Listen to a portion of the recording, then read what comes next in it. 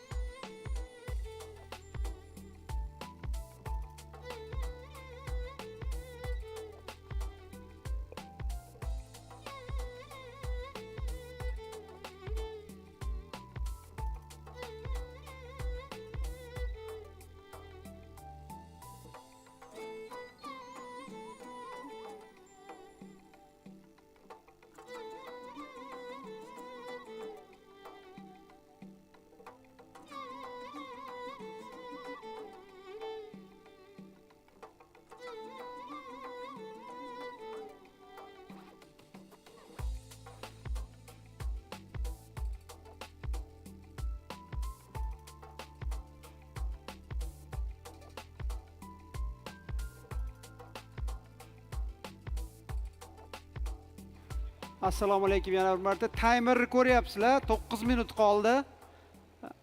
Boshlaymiz. Shuning uchun joylaringlarni marhamat qilib o'tirib olsanglar. Rahmat sizlarga. Thank you everybody. We have timer going out. As you can see, 8 minutes and 42 seconds exactly. So please take your seat. And I think there's going to be a small video before we get going. So thank you everybody.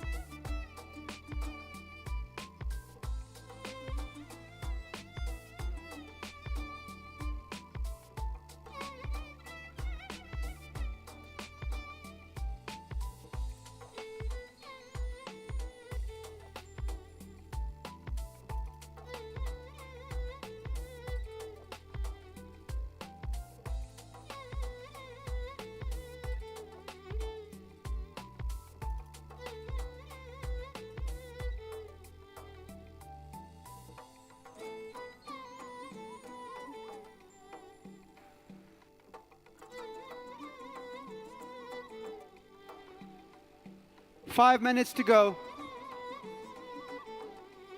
The video will start. Thank you, guys. Please take your seats.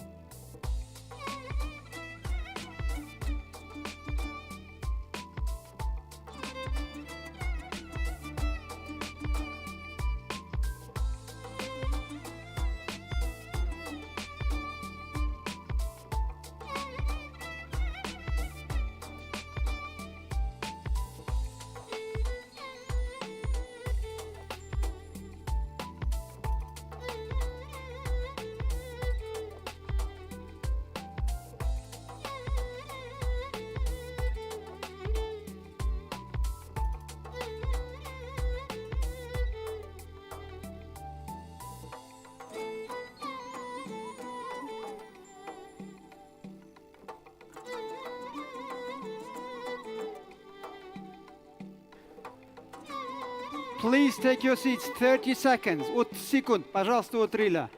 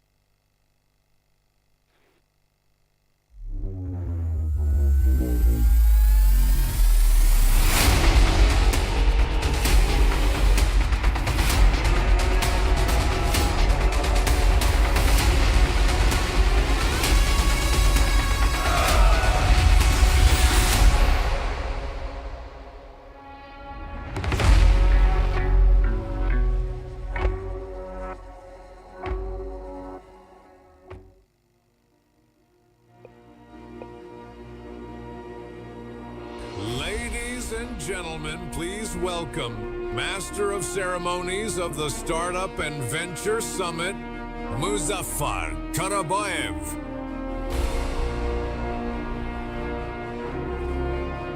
Assalamu alaikum. Good morning. Let's hear it. Come on. We need some energy. Excellent. Everybody, thank you for joining us. We have a full crowd. That's great. I'm going to be moderating today throughout the day. I will tell a little bit about myself in a minute, but just so you know, I'm going to try to speak in English and some Uzbek as well, because the audience is obviously a lot of professionals, a lot of government officials, universities, but also a lot of young entrepreneurs. And some of them might not necessarily get the English side of things, but I'll try to do both of them a little bit. So let me tell you a little bit about myself. My name is Muzaffar. Moose for a short name, because I've been called all kinds of names, so I've tried to shorten it to Moose, even though there's apparently some meaning that's not very good in some other country, but I won't talk to you about that. I'm an entrepreneur. I've been in tech space, employing people in Uzbekistan since early 2000. My first project was a project called Uzreport. You will see some of the, it's not there, but there are quite a few startups I've done, but I have been in outsourcing business for a long time. I've raised in 3-4 ventures. I've worked with the startups, so I'm kind of probably a right guy to do the introduction to a lot of people, because I can get, connections to, in fact, half of the people I'm going to be talking about, I know them personally, and I made sure that the remaining half, I get to know them. So I'll do my best. I also made a small point on my LinkedIn the other day that I will be making it more like fun. So I'd like to make you guys, a lot of speakers, do some, mention some fun moments and make it more engaging. O'zbekchasiga ikki og'iz, ayniqsa yoshlarimizga, men ismim Muzaffar, mana startaplar bo'yicha, boshqa narsalar bo'yicha men asosan tadbirkorman. Tadbirkor sifatida ko'p masalan narsalarni, ba'zi narsalarni o'zbekchada ham aytib o'tishga harakat qilaman. Again, today is going to be a very interesting day. So we have very interesting speakers, but again, I thought in the spirit of the ceremony and the AI, I thought give you a small fun facts about who the entrepreneur is. And I asked ChatGPT, how do you describe entrepreneur? In fact, one of my assistants helped to do that. So who am I? So I'm apparently professional chaos coordinator, full-time firefighter, expert in making things up as I go along, idea addict, and getting things done as you go along. It's like you do everything. So that's what the entrepreneur is. So most of you are trying to get to this space, so especially the young people in the back. So it'll be a good session today. And I wanted to tell you a little bit about, especially for our guests, to talk to you about how our government, our IT park, is especially encouraging this space. I had an honor to be on an entrepreneurial summit with the president about a month ago, where our president has given $100 million to startup ecosystem. Obviously, we have, Aloqa Ventures, IT Park Ventures, Yoshlar Ventures is joining up very soon, few accelerators like Sarmo Labs and few others, in addition to likes of, obviously, Sturgeon and a few others that have been already in the space. So we have everybody here today. They'll be speaking. They'll be talking about some of the investments. And some of them who are not speaking, apparently at the end of the session, we have a B2B sessions. So whoever you see in between, you want to kind of meet, especially young guys, go out and entrepreneurs. I'm speaking in English, obviously. I hope some of you to understand. Just make sure you go and shake their hands if you have projects. Create your, obviously, make sure you do your first connections. That's one of the main reasons of today's event. Is that okay? Good. So let me also a couple of things, couple of facts. So we want to make sure that in various spheres we talk about startups that are already there. So we apparently have almost like 600 startups registered in IT Park database, including Uzum. There's almost like 350 million raised in the space. I know there are a lot of early stage ones, but things like Vision with just recently raised 1.5 million. I don't know if Shahzad is here. Is probably best young entrepreneurs. Stand up, Shahzad, if you're here, so people can see you.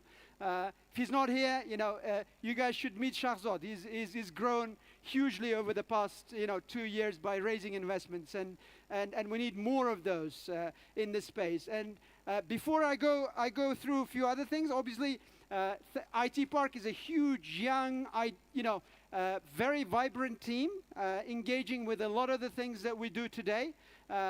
And especially for young people, young entrepreneurs, they should go to regional IT Park offices, main IT Park, and make sure that they register their ideas. If they have startups, whether that's Aloqa Ventures, IT Park Ventures, you guys need to knock the doors. Yani yoshlarga mana IT Park Ventures, Aloqa Ventures turinglar, mana qani Davron, qanisiz Davron? Shu yerdami? Daler, turing. Вот mana Aloqa Ventures eng katta anaqasi bor, ko'rdinglar, молодцы. Muhammad Khalil qayerda bo'lsa, mana bular 200 dan ortiq startaplarni hozir registratsiya qilishdi, lekin bizga 2000 ta startap kerak. 2000 ta. Davron eng zo'r yoki Daler eng zo'r 20 tasini tanlab olish uchun 2000 ta startap kerak. Shuning uchun sizlar yoshlar foydalaninglar. Prezidentimiz bergan 100 million dollarlari sizlar uchun eng asosiysi. Uni tezroq nima deydi? Ideyalarni ishlatishimiz kerak. So basically, I just kind of make sure that younger guys are also engaged in today's session. So without further ado, obviously we're excited. Obviously with IT Park, everybody is around. I think a lot of guests, almost from 40 countries, are here. We've got some great companies, great sort of Uzbek. Our own compatriots who are doing great things like in UK, South Korea, they're speakers as well. So stay tuned, and again, without further ado, I will invite our keynote speaker. Our keynote speaker is Yoram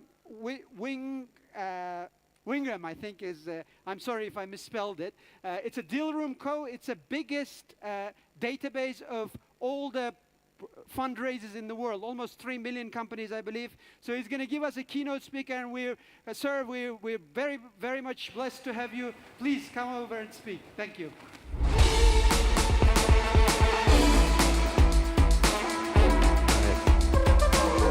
Yeah, thank you.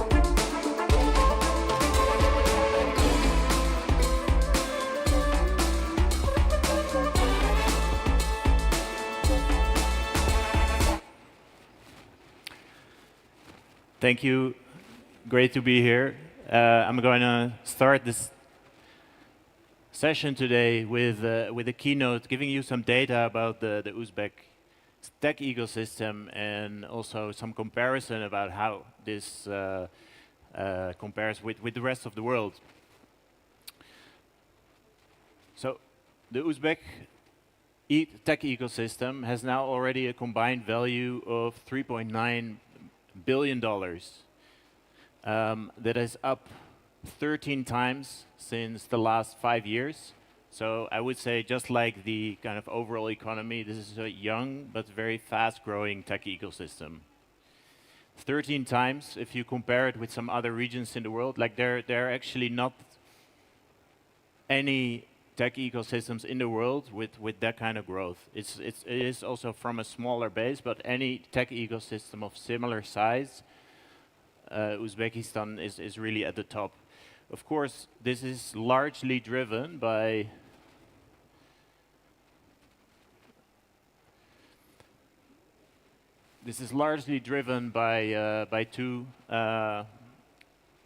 by two major outcomes, mainly TBC Bank and Uzum, but that is completely normal. So in every ecosystem, you see that there are a few outliers, and there are so far two here that are really driving that value. But there is a whole new generation of promising companies, and at Dealroom, we're starting to map these together with organizations here. Here you can see some overviews. So there are like rising stars, scale-ups, flagships. And so this is part of a very promising funnel that you can see here. So yeah, here I was talking about you have these two big outcomes, some flagship startups, and yeah, there's a whole there are hundreds of startups actually that are not yet on this map that we are going to be showcasing in the coming months.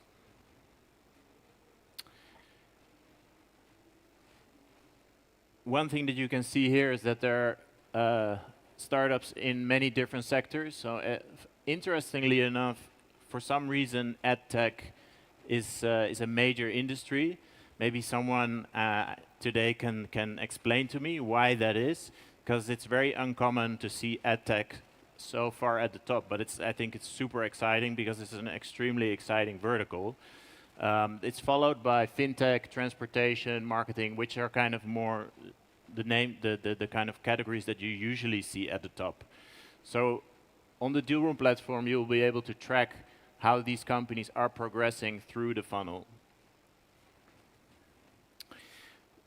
The Dealroom platform also will track any Uzbek talent globally. And so far, we're seeing most founders are starting their startup in Uzbekistan, but also some in the US who have raised some money. There's some distributed teams, so there are 21 founders actually that have distributed teams, UK, Kazakhstan, UAE, and no doubt this data is going to grow. So I've been talking a little bit about Dealroom data. So what are we actually talking about? So today, together with IT Park, we're launching a new dedicated startup ecosystem that's open for everybody here. You can find it on this URL, uzbekistan.dealroom.co. So I welcome everybody to sign up. We just launched it, and this is going to be further developed in the coming months. To give you a bit of background about what this is, so Dealroom is the official startup database for over 106 ecosystems. This is the kind of footprint is growing very, very rapidly.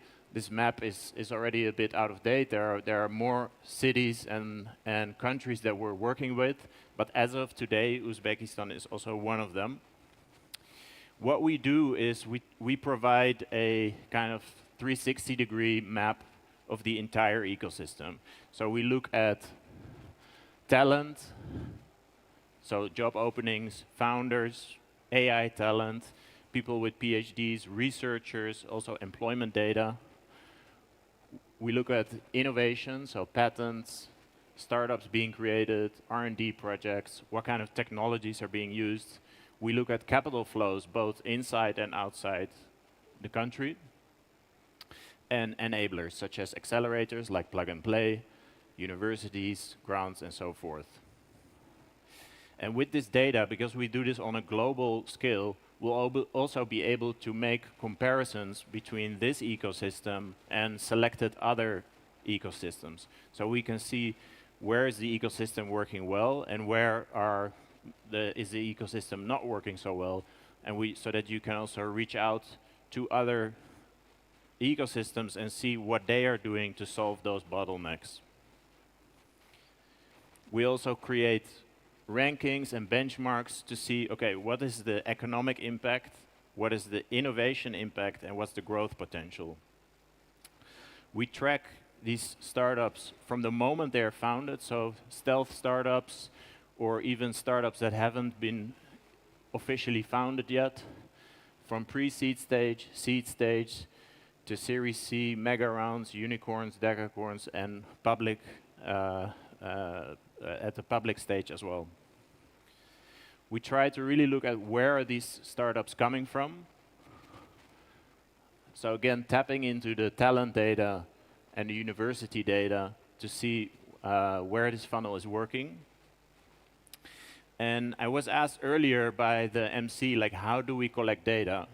So there are a couple of different layers to it. We have a proprietary data layer, so we do our own research. We have a community. We, of course, use AI and data science and data engineering. We collect data from over 1 million articles a month, regulatory data. We collect any public available data and so forth. But the important thing, and I want to finish on that, is the community. So that's you, everybody in this room. So we also need your help to make the platform as good as it can be. In a few months from now, I would hope that we are really mapping every single founder, every single startup that's starting in real time, because that would be of a massive benefit for everybody here in this room. So that's kind of our roadmap. We launched today. In the next few months, we'll be collecting data from key stakeholders. We'll be reaching out to media, to VCs, to angels, to send us their data. We want to be deeply embedded in the tech ecosystem with contributions from everybody and freely available to everybody. And so I want to finish with a special offer that we are delivering to you, because the Deal Room platform is not just about Uzbekistan, it is a global platform. It's something that's being used by the top VCs around the world. Index Ventures, Sequoia, KKR, Insight, you name it. They are paying a lot of money to us to access this data, but we're giving it for free to Uzbek builders. So if you are a founder in the ecosystem, or you are a early stage VC in the ecosystem, you can sign up for this partnership program, dealroom.co/builders. If you forget, you can also just Google Dealroom for Builders. And if you want to join this partnership program, you get free global access. So if you're a founder, you'll get access to a database of global VCs. And it brings you amazing value. So we're giving this to the ecosystem in order to maximize the value of this local database. So thank you.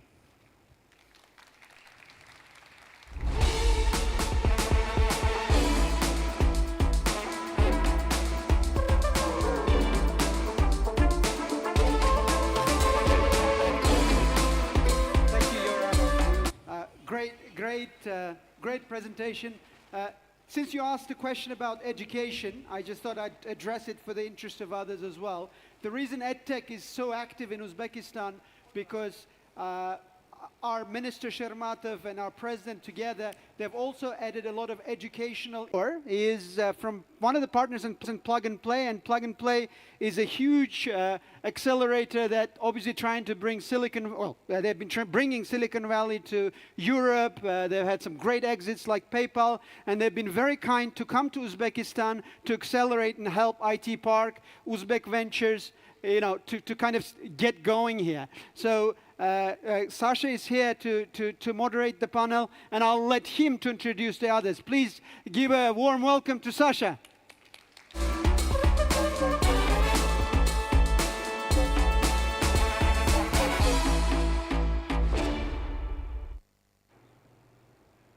Thank you so much, Moose. Welcome, everybody. Salam alaikum.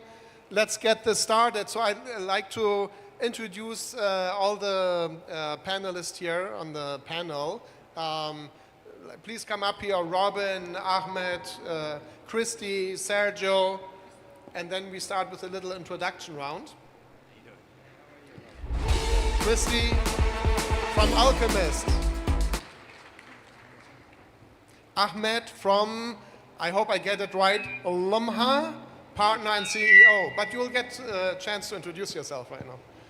Robin from Sturgeon. And Sergio, activist investor. Okay. Now that we're all sitting, maybe a little quick words to yourself and introductions to yourself. And then I'll introduce myself after. Can you turn on the microphones, please?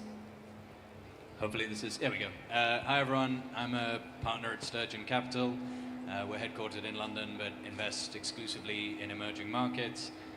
We've been pretty active here in Uzbekistan for the last 6 years or so. We also invest across the rest of Central Asia and South Asia as well.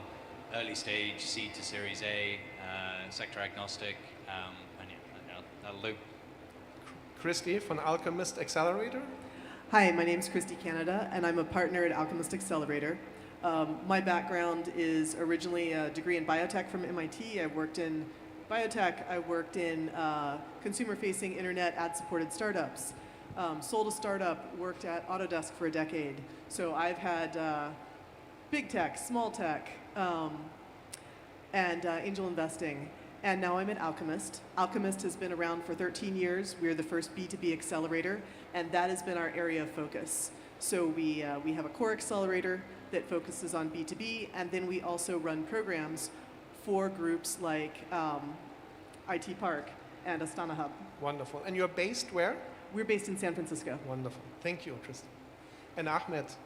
Hi everyone, Salam alaikum. My name is Ahmed Abbas. I'm the co-founder and CEO of Lamha. It's basically a fintech company. We're trying to automate the full finance department process. I'm a serial entrepreneur also. Quit my corporate job in 2019, being a full-time entrepreneur. Now also working with Plug and Play in Jeddah, helping to build the ecosystem in fintech. So I can have quite of like a mentorship and also, you know, as an entrepreneur as well, and also having building some other like small businesses, other side than the tech startup field. Thank you, Ahmed. And then Sergio, you don't really have a base anywhere. You are traveling the world all the time. Sure. Good morning. I'm Sergio Argento. I'm venture catalyst, activist investor at Impacta Capital. I started my career with SoftBank in the very epicenter of the dot-com bubble 26 years ago. Then I moved into investment banking, so for 24 years I've been scaling companies across LATAM, Asia Pacific, the US, and I call myself a professional bubble survivor, as I've lived through 5, 6 tech, non-tech cycles, and each one taught me basically the same lesson, that scaling startups across borders is not optional. Sometimes it's just like the only way how companies survive in the long run. So I guess I'm bringing this perspective to this. Thank you so much. So in respect to time, because I have a lot of questions, very quick intro also from myself, from Plug and Play. And Mus, thank you for introducing me. And Yoram, in his speech previously mentioned, Plug and Play, we are an enabler. We are an ecosystem builder. We are trying to help startups to scale internationally, to connect them to corporations, etc. And we have been here in Uzbekistan for about 3 years now. We have been running 4 programs. We are starting with the 5th program soon. We helped about 70 startups here in Uzbekistan to become more international, to go into 15 markets. When we came here 3 years ago, startups were, I think, a little, or let's say, the funding to startups is 3 times more now than it used to be 3 years ago. So I think it's a great growth of startups, yes, Yoram mentioned. And again, thanks to IT Park and Minister Shermatov and his ministry, we have been, been active here in the Uzbekistan market, where Plug and Play sees a lot of potential. Also in the Central Asia region, Plug and Play is in 65 locations worldwide, and one of the also most active investors worldwide, and with a portfolio of about 2,000 startups, 35 unicorns, etc. So, but that's for starters. We go into the first question, because we are all working with startups or investing in startups, and maybe all the panelists can quickly share one success story or really a key learning they had from a startup journey who went international. Please, yeah, Robin, please start. Okay. I was thinking about the example to use or the lesson. I think there's going to be a lot of advice and perspectives here that will help any founders in the room think about how they should expand and maybe actually help them with that expansion. The point maybe I wanted to start with, which is not maybe the one that people want to hear, is that most of you, if you try and expand, will fail. And I know that seems a bit blunt, but most of you will fail in your own country anyway. The reality is entering a new market is incredibly difficult. It takes more time, it takes more resources, it costs more than you think it's going to do. I think often people underestimate it. They put on their pitch deck, I'm going to go to 20 different countries, and that is incredibly difficult because maybe if you need to be top 1% to succeed in your own country, you need to be top 0.01% to succeed in another country. You have none of the local advantages. You have none of that kind of head start that you have in your own one. Can you tell a specific story about a startup? I'll give one actually. Founders here in the room would be Bill's. It was one of the first investments we made here in Uzbekistan, and kind of Rustam over the years built what I think is a very effective kind of go-to-market strategy here, and then went to Kazakhstan, which is just next door. Everyone speaks Russian there as well. In principle, kind of a lot of similarities, but the way you sell software there is very different. It's much more kind of partner-based. The go-to-market strategy is very different, and that took maybe a year of time on the ground and work to really understand, and the time to invest, and that was the closest possible market with probably the most cultural similarities and other things, and that took a long time to do. So it's not to say that you cannot enter new markets. There are lots of very successful cases of companies that have over the years, and ones that have done it from Uzbekistan, but just really don't underestimate how difficult it will be. Thank you, Robin. Should we just go along the line Sure. here? It's the most easy. I'm actually Thank you, Robin. I'm actually going to build on that one because it is hard. If you're going to move into a new market, particularly one like Europe or the US, one of your founders must go. That is true doubly so if you are selling to business. If you are selling direct to consumer, maybe you can get away with it a little bit more because you have a larger number of customers. But if you are selling to enterprise, you must go. You must have someone who can make decisions on the ground in that new country. I'm not going to name names because this is a negative example, but I have an example of a Japanese company that we worked with. And the challenge was the decision-making level.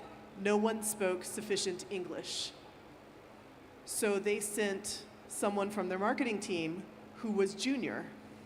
And that person, every time they needed to make a decision, they would need to go back to the Japanese leadership, and simply adding that layer of friction meant that they could not compete.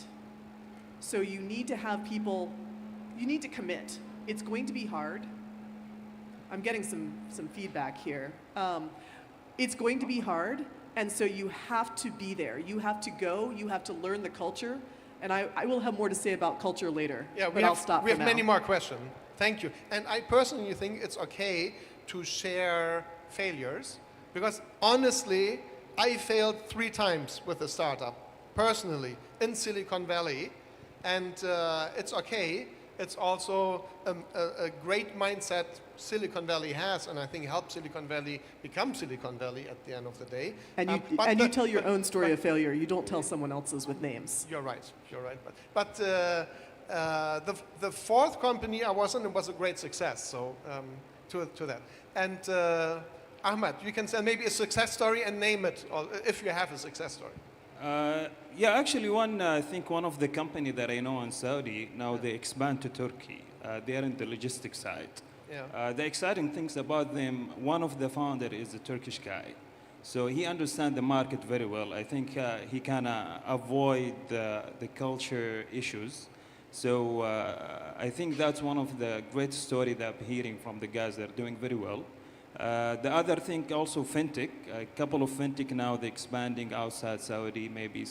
One of them went to Oman. I think they're doing fantastic. North Africa as well. I think what they did is they understand the market very well. They present the idea based on the need of the market, not based on the technology they have. I think that's one of the things that whenever you want to expand outside your country, you need to understand what the market needs. You just can start a new startup in that market. You have the technology, but you can adapt it for what that country needs. And what's the name of that startup again? The startup called Auto. Auto. For all the investors in the round here, if they want to invest. Thank you, Ahmed. Sergio, any success story from you or key learning? Yeah, we bet on future tech or beyond tech, everything like 10, 15 years from now. Internally, we even call it alien tech because you have to be an alien to predict what's coming. And we cannot predict, by the way. But 2009, I bet on a very arrogant and overconfident founder because he was like me. And I decided to teach him a lot of stuff. And basically for 6 years, there were 3 failures, epic failures. Media, travel tech. Finally, 2015, when the fintech bubble arrived in Hong Kong, pivoted into a event management company, small event management company, and we pitched some ideas. We pitched the Hong Kong government a couple of ideas. Now, we celebrate the 10th anniversary of the Hong Kong FinTech Week, which is the major FinTech blockchain AI event in the region. Why I call it a success story? Because it's going global now, and it's 75,000 good contacts in our database. For me, it's a great success story because I have my personal pocketable deal flow database. And we're building a venture voyage layer on top of that. Thank you for sharing. So adapting, very important when you're in the new market. But let's start a little bit earlier. We're going into the next question round.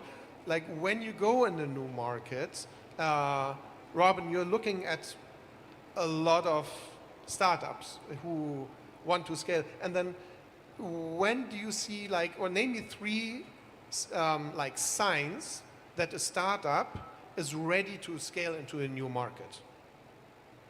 Can you, or doesn't have to be 3, but when do you think a startup is ready to go to a new market from your perspective? You're probably never ready. You'd always love to have a bit more money or maybe, I don't know, a slightly better product, or there's always be things you could improve, and what is it, the perfection's the enemy of done. For us, maybe to slightly take the question is, when you can kind of really underwrite that a founder is in a strong position to go to a new market. I have this idea of everyone talks about ideal customer profile. This idea of ideal market profile is why do you want to go to that country? And a lot of people today, for example, say they want to go to Saudi. Now, they kind of say it. There's a lot of money there, I heard. There's a lot of money there, and very few people will actually admit that's why and they want to go. And a great market. There is a market there, but very few people can actually say why it's a good market for them.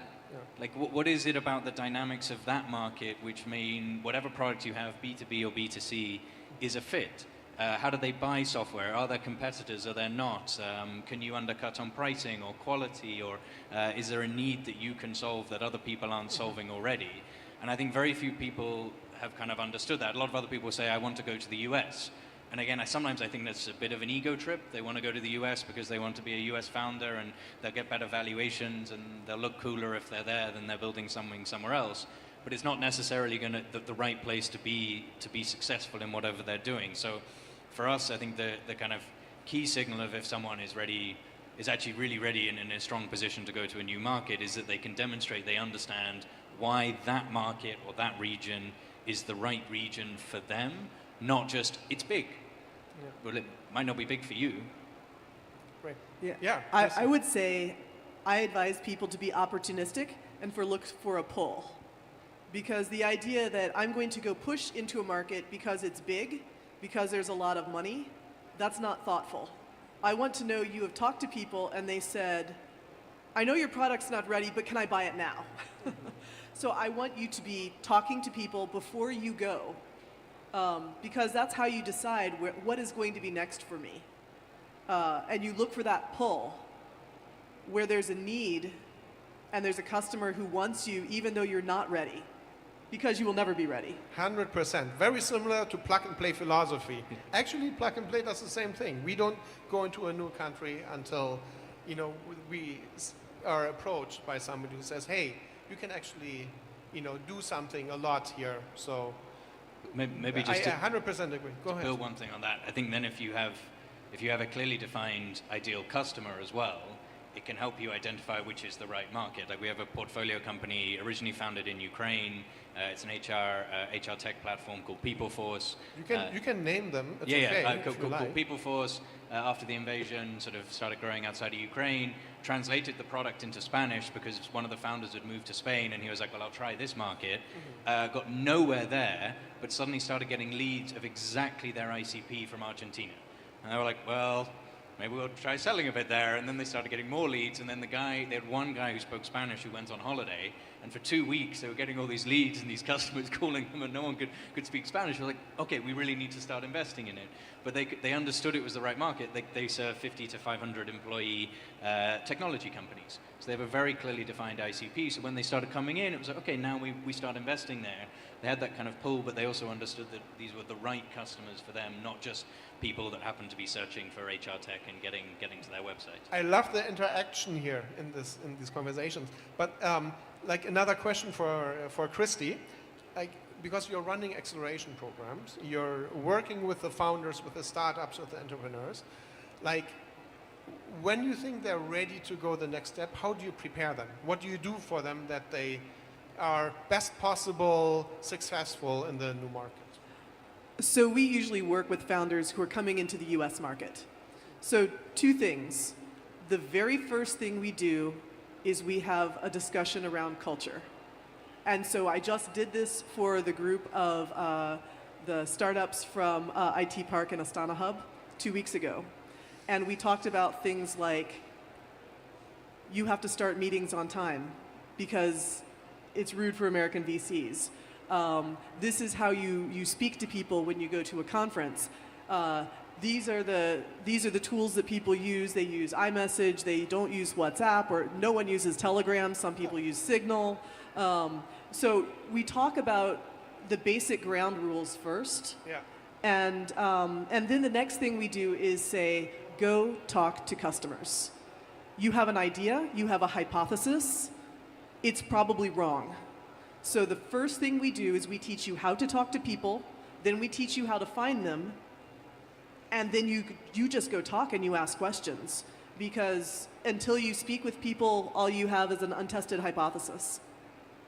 Thank you, Christy. And like going down, Ahmed, you're investing a lot in SMEs, Vision 2030 companies. Any like pitfalls you? Yeah, I think I can give my perspective from an entrepreneur when we see when we can expand outside Saudi.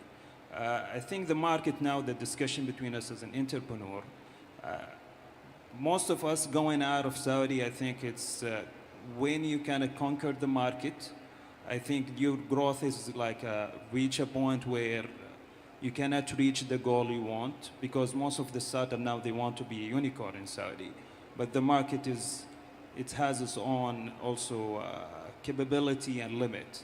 So that's okay. When you reach a certain point, I think when you conquer the market, your technology is good, but your revenue number is just steady. It's not growing as you want. Then you can expand in different region. So you have to be ready first. What we see, like I think everyone want to move now to Saudi. The issue there in Saudi is, I think, as Chris said, the culture is different. We had some, I work like a mentor, one of the Kazakhstan start, they are in logistics, they want to move to Saudi. When I sit with him, the regulation in Kazakhstan is totally different than Saudi Arabia. So for him to move to Saudi with the same mentality, the same startup, it was so difficult. He need to at least understand the culture, the regulation over there. And I think there is sometimes also push from VC and investor to go cross-border. I think for us as an entrepreneur, you also need to have that mindset, no, I'm not ready to go to the other market. Otherwise, if you just listen to everyone, no, you need to go outside, you need to go outside, sometimes you're gonna fail. We've seen some failure also, startup that go from Saudi to Egypt, because that the next market to all of the startup in Saudi going to Egypt. Egypt is totally different than Saudi. The culture there, how they do business in Egypt is totally different than Saudi. So some startups are struggling. Maybe sometime in Saudi they're very strong, but when you go to Egypt, they find them like, we're weak. So I think at the point you need to make sure that you're ready to move. You at least reach a point where the market you cannot scale anymore, and then your investor need you to scale. Then I think that's the right time for you to go to other market. Thank you for the insight, and then we go into what you should do in the new market in a later question. But Sergio, maybe, because you're traveling all over the world, Hong Kong, Brazil, like US, like the startups you look at, how do you support them, or what do you think is the best support to them to be successful in the new market? Oh, we run a bunch of tests before we support them, and maybe you heard that. Okay, back in the valley, they say a startup may have 1 or 2 pivots during their lifetime, whatever.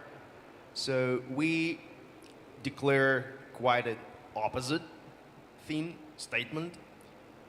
Every pivot shall generate a new business. So basically, we let startups reach that tipping point we call radical pivotability. Of course, you need some proper gray matter, very well gray matter, trained in your skull, vision, resilience, like whatever, ability to communicate, your own playbook, compiled with everybody's playbooks. But if you are not radically pivotable as a team, we say bye. You are not ready for anything. So you mentor them, basically? We don't mentor them, we provoke them radically. Got you. Thank you, Sergio. And maybe, because you're always the last in line here, I'm sorry for that, maybe we continue right away with the next question with you, Sergio. And it kind of goes in the same direction. Localization. Can you share an example of a startup which went into a new market, which wasn't able to pivot and maybe broke, or was able to excel very well? Our own startup from our ecosystem, or a startup? A startup. Yeah, ideally from your ecosystem, but otherwise it's fine. Yeah. I would like to pitch an epic fail. Yes. A startup. I still see that company as a startup called Amazon. Huh. Because they recently became. That's a big one. Yeah, they recently became cash, positive. So there is a documented epic fail. Amazon's making systematically in LATAM because of a tiny, silly startup called Mercado Libre. the perfect gatekeeper, and Amazon could not adjust themselves to the culture, to the way how LATAM market functions. And I guess the only way to be in LATAM for Amazon now is to acquire Mercado Libre.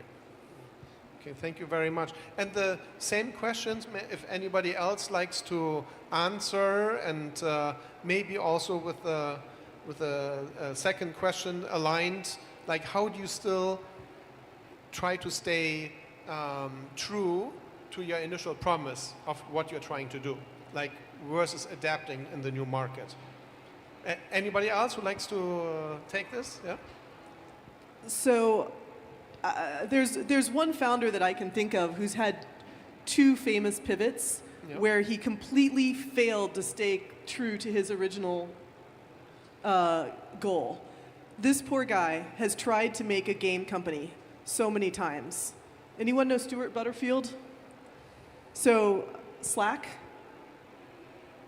he was trying to make a game company called Tiny Speck, and he failed because it turns out that really what people wanted was his in-house chatting tool.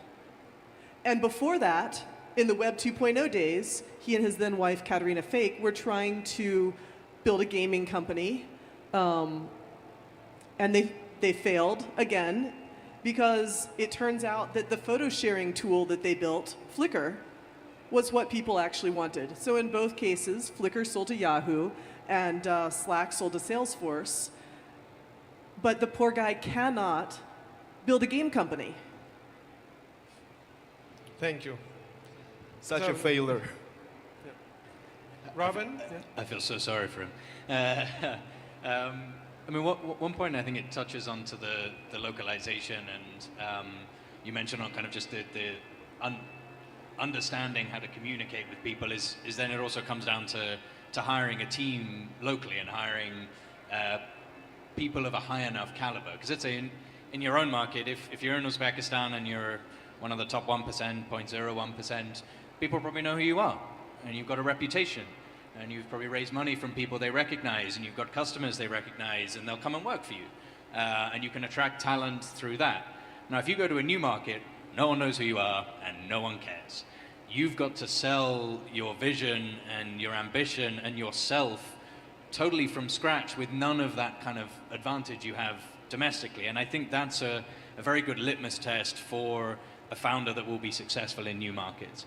Can you, through, in some cases, just sheer force of personality, attract really, really high caliber individuals across the different aspects that you need? Because if you can do that, you significantly increase the probability of success to go alongside your product and the market and all this sort of stuff as well.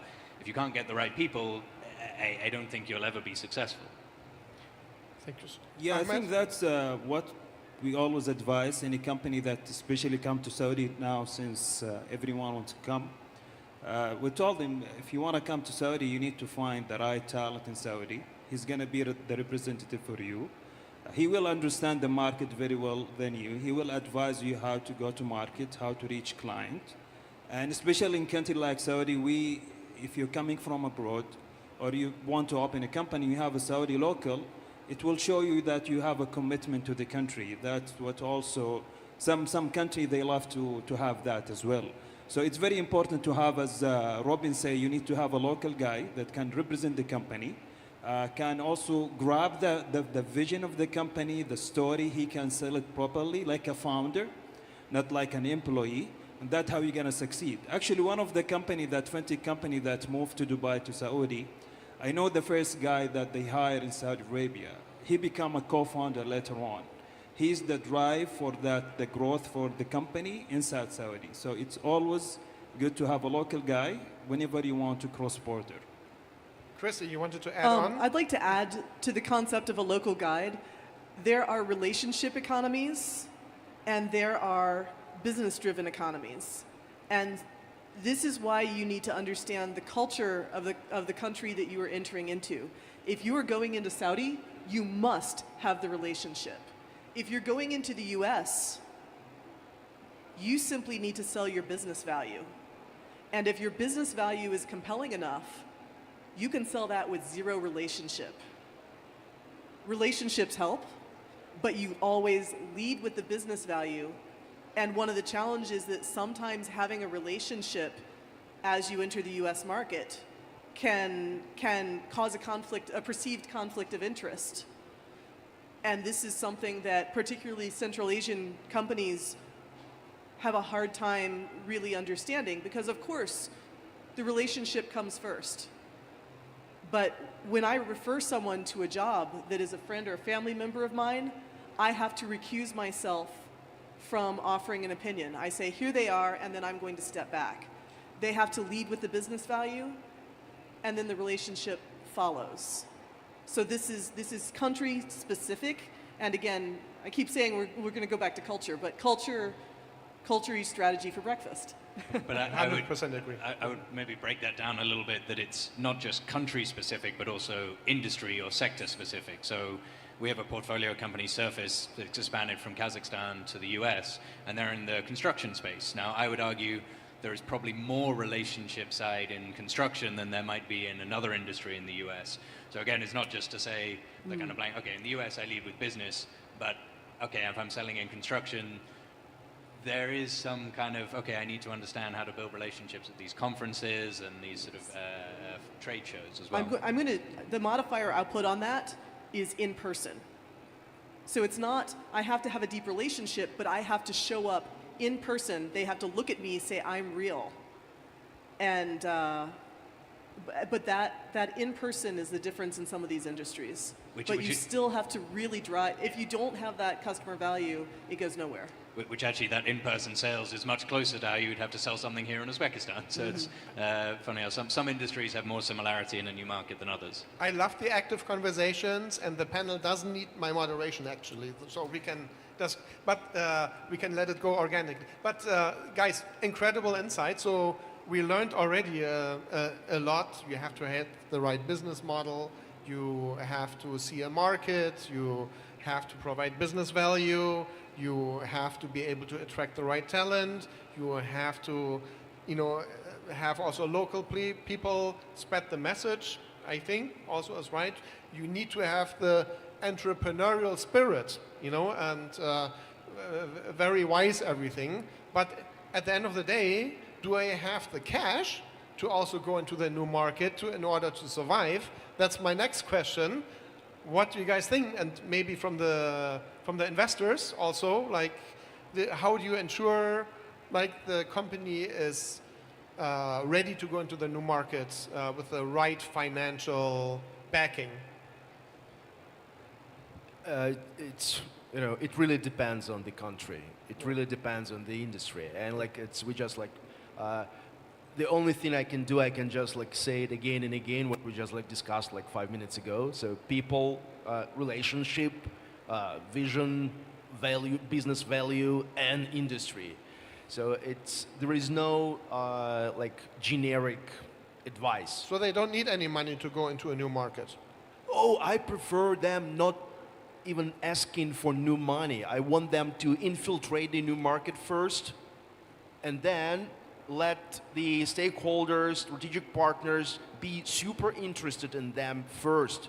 And then only after that, I prefer them to come and ask for venture money from me. After the need has been identified? Absolutely. And maybe they have a few POCs going in a new market, or proof of concept, so testing their technology or use of their technology, and then trying to raise maybe money just to support reality, not vision, not dreams. I just want them to come to me and ask me to support reality. Right. I think what he's saying is just build a new startup with the tech you have in a new country. It's just bootstrapping. So I think it depends on the industry.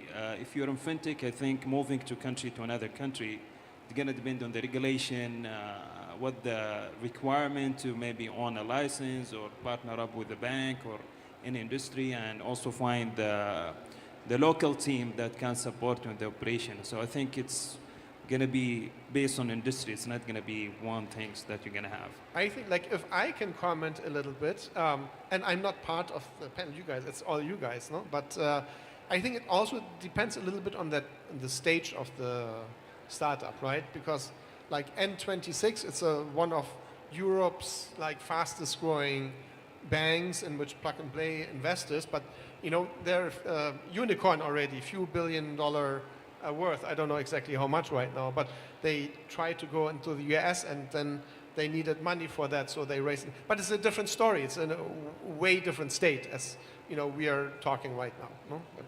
But I think that point on the when is the right stage to go to it, I think if your home market is a large market where it's going to kind of accrue long-term value for you and your investors and can be substantial, then you don't want to go somewhere else, I don't think, until you're very confident that no one else can beat you in your domestic market. If, on the other hand, you need to be in multiple markets to be successful, or maybe you need to be in a different one to where you are today, you should try and get there earlier. I think it's a function of, in the end, the size of your business is a function of the market size that you're operating in the long term, and you need to have an understanding of what you need to do to be successful. I think, if you need to be in multiple markets, you need to get there earlier, and you need to figure out a way. I think can you bootstrap your way into these countries to validate them before then actually trying to raise money? Actually, what we have seen in our region is some startup they open maybe in UAE, Bahrain, or Egypt, but their market focus is Saudi. So UAE, Egypt, it's just going to be the proof of concept, build the technology until they get ready to enter the Saudi market. So whenever they pitch to the investor sometime, they say, okay, this is going to be region where we launch, but our real target market is Saudi. So they build the technology and everything to enter the Saudi market early on. Even when they do the investment, they do it. So I think some countries, they just want to do the proof of concept, have some traction, get the money, but I think their market, it's just crossing the border. thank you so much. And yes, here, time tracker Moose, thank you very much. We have a minute and a half and 3 more questions actually, so we need to speed it up a little bit, and maybe we can get an extra minute or 2, if that's fine. So how important, if you're in a new market, is it to connect to the local ecosystem, meaning accelerators locally, corporations locally, other VCs locally? What do you think? So there are 2 reasons, as an accelerator, there are 2 reasons that people go to an accelerator. You don't have the business skills, or you don't have the business connections. And so that might be a young entrepreneur who doesn't have these connections, or it might be someone who has the business skills and connections in one region, but not in the area that they're going. My general advice is if you can form those business connections and get those business skills from an individual or from a partner, that's fantastic. Because the partner, again, if you have someone pulling you in who wants you so badly that they will make those introductions for you, that's amazing and that's cheap. If your government is going to support you in this way, that's amazing, and that is also very efficient for you as a startup. But you need to have those connections one way or the other, but there are many ways to get them. And one sometimes a little bit faster and sometimes a little bit slower, but we're trying to accelerate them as fast as possible. But Ahmed. Yeah, I think, one of the reasons some of startups get into Accelerate to get the network, but I think now with LinkedIn, you can reach out to entrepreneur in the same industry with that country to get the network, or at least attend like this event. Like if you're going to Uzbekistan or coming to Saudi or UAE, there is like an entrepreneurship event. We just need to go attend this event and just try to connect with the ecosystem. It will help you like faster to get connect with all the ecosystem that they have. Thank you, Ahmed. Sergio, any wise words? No wise words, but instructions like subscribe to whatever, dealroom.co or PitchBook from one side, get drunk with the locals from another side. So I always manifest that hybrid approach is the best. You know, Uzbekistan is a little Islamic culture, so Let's that's try. not the best advice. Make maybe, friends. but- Make friends. Make friends. Make friends. Make friends. Eat barbecue. Okay, Robin, any comment? Okay, so very quick, what do you guys think is the global trend going to be in the next few years? Any disruptors what, like, you can give one-word answers or short sentences. Like, where do you see the startup trends going? Taking less VC money. Interesting. Yeah, I actually, I agree with that. This is the promise of AI and being able to automate more things. You don't need as much VC money. Don't give away as much of your company. Yeah, I see this trend of bootstrapping using AI. Don't take VCs. I think maybe the next trend, AI, fintech, deep tech as well, and bootstrapping. Solo entrepreneurs paired with AI is the future for sure. The AI bubble is going to burst at some point, and that is going to cause a whole lot of trouble that you're going to get caught up in if you're trying to fundraise or expand or do anything else. Good luck getting through it when it happens. And as the American on the panel, I can say that we're making enough mistakes politically that opens up opportunities for the rest of the world to step in and own more parts of the startup ecosystem. Thank you very much. I have to comment really quick because, like, Plug and Play is also a VC, and then no VC money. I must personally, maybe I'm a little bit biased, contradict a little bit, because it depends. This VC money, how valuable it is. Is it a strategic investor? Does it help the startup actually, or the founders, maybe with introductions to corporations, et cetera, and to help them grow? If they do provide the value, maybe that investors' money is worth it. So that's my 10 cents at least, you know. And any last advice to the crowd here? And then we're done. Any last advice? Any wise words? Take a 1 week sabbatical before making any strategic decisions. I love sabbatical. I never done one, but I need it.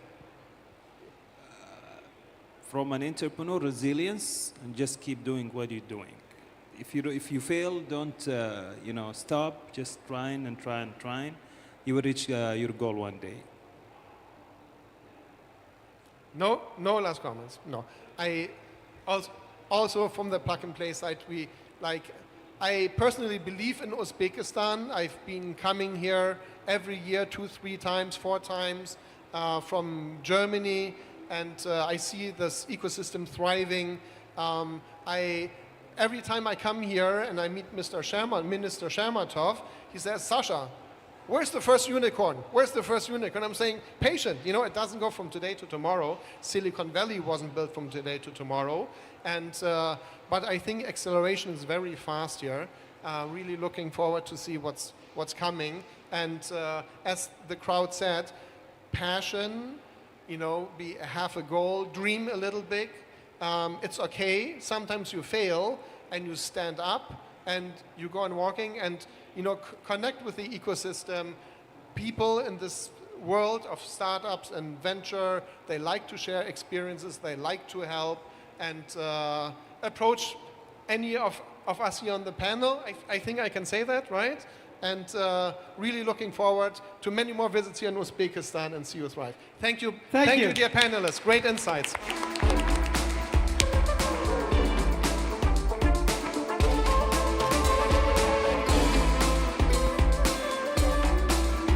Thank you, guys.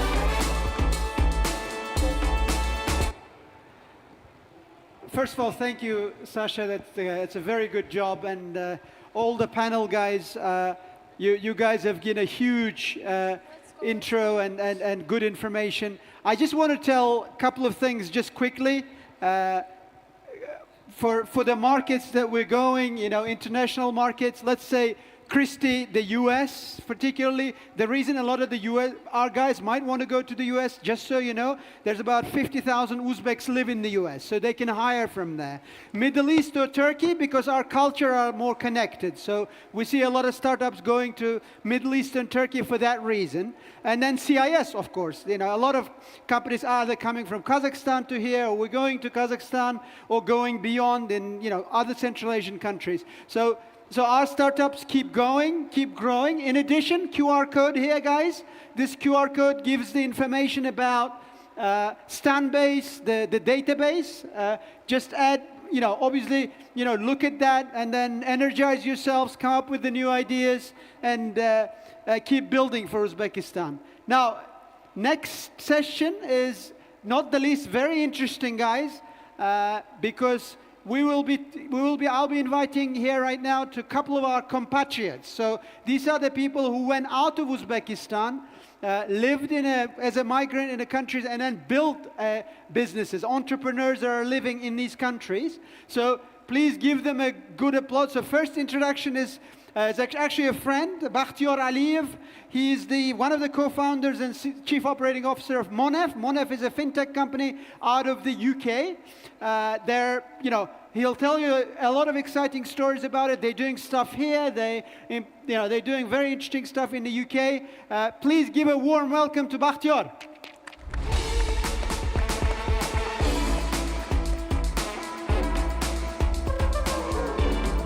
Thank you, Muzaffar, a true legend of the industry. Assalamu alaikum, everyone. Dear guests, friends, partners, colleagues, really honored to be here today in Uzbekistan, in the country where I grew up, was born, grew up, educated, and at some point left to UK more than 20 years ago. I have a little script about my background, but I want to skip that and go straight to the little clip about the company that we're building with my partners. It will give you a bit of more context about who we are and what we do.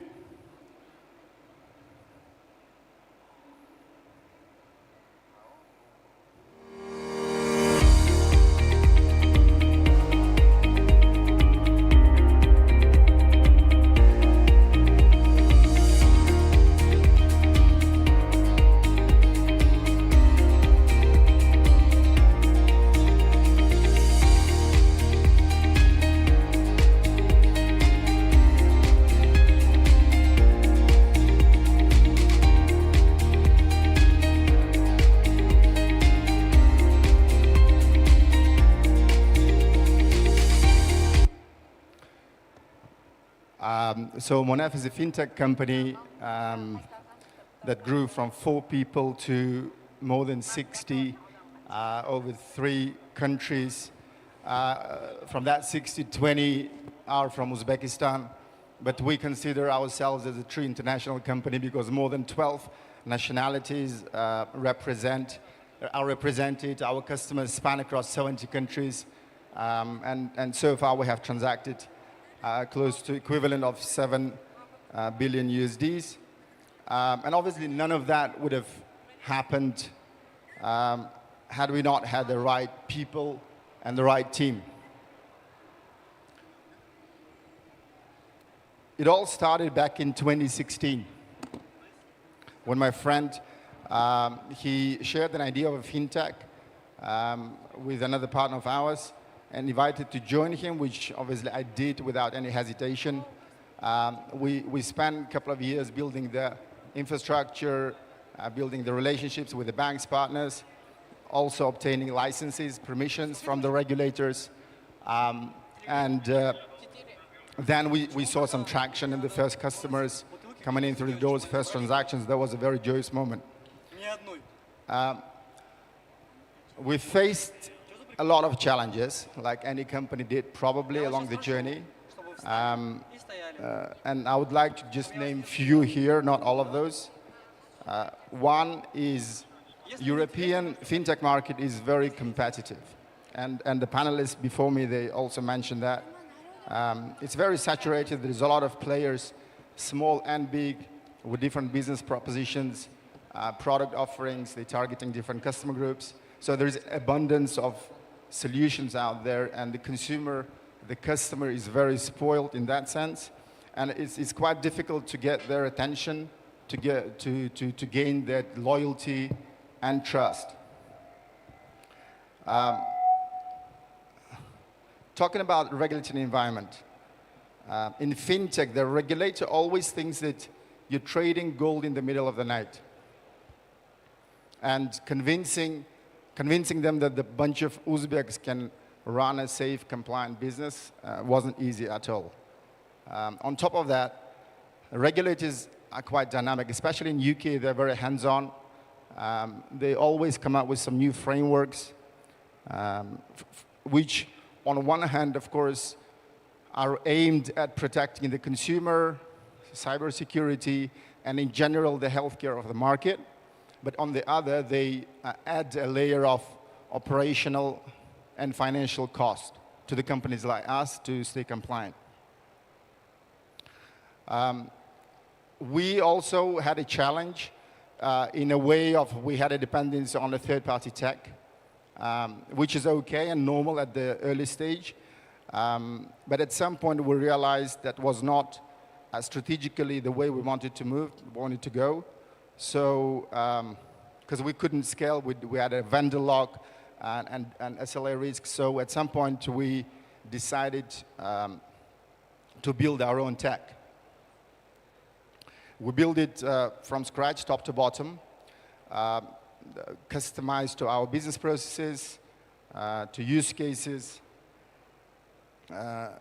full on with automated onboarding, fraud protection, you name it.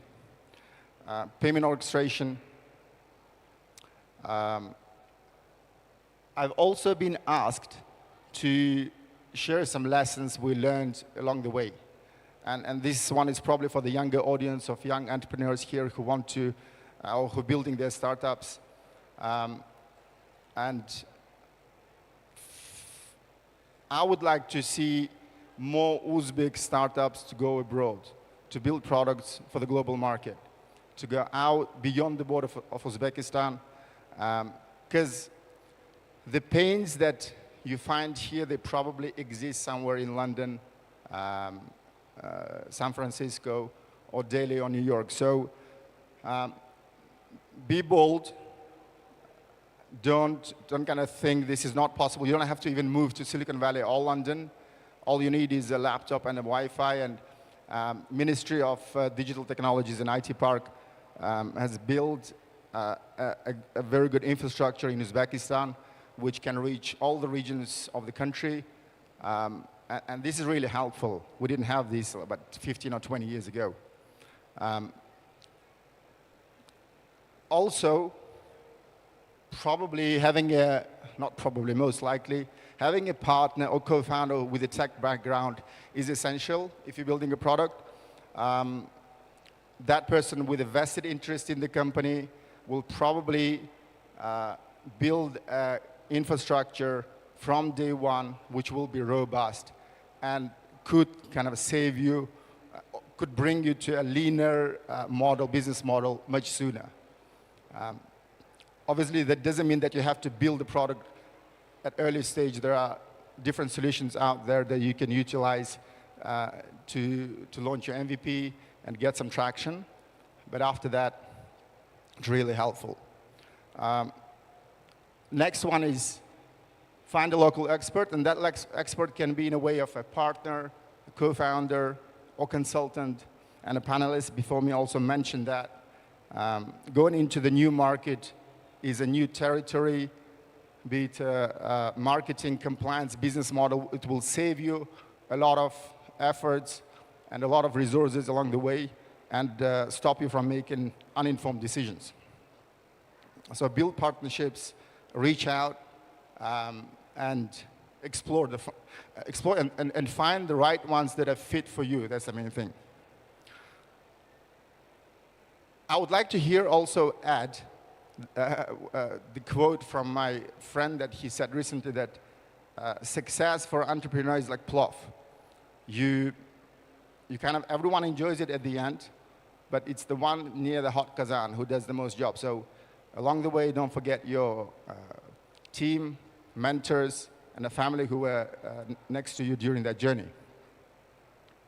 As for Manaf, we're marching on to our next kind of venture. We're building and we're launching our SaaS proposition for fintechs and banks.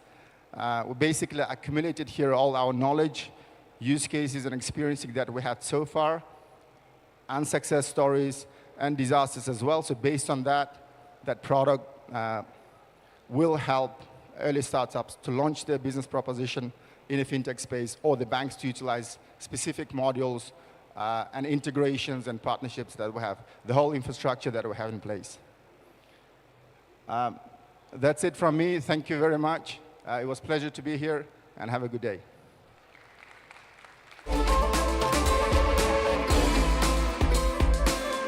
Yasha, Rahmat. Thank you, thank you. Baxtiyor.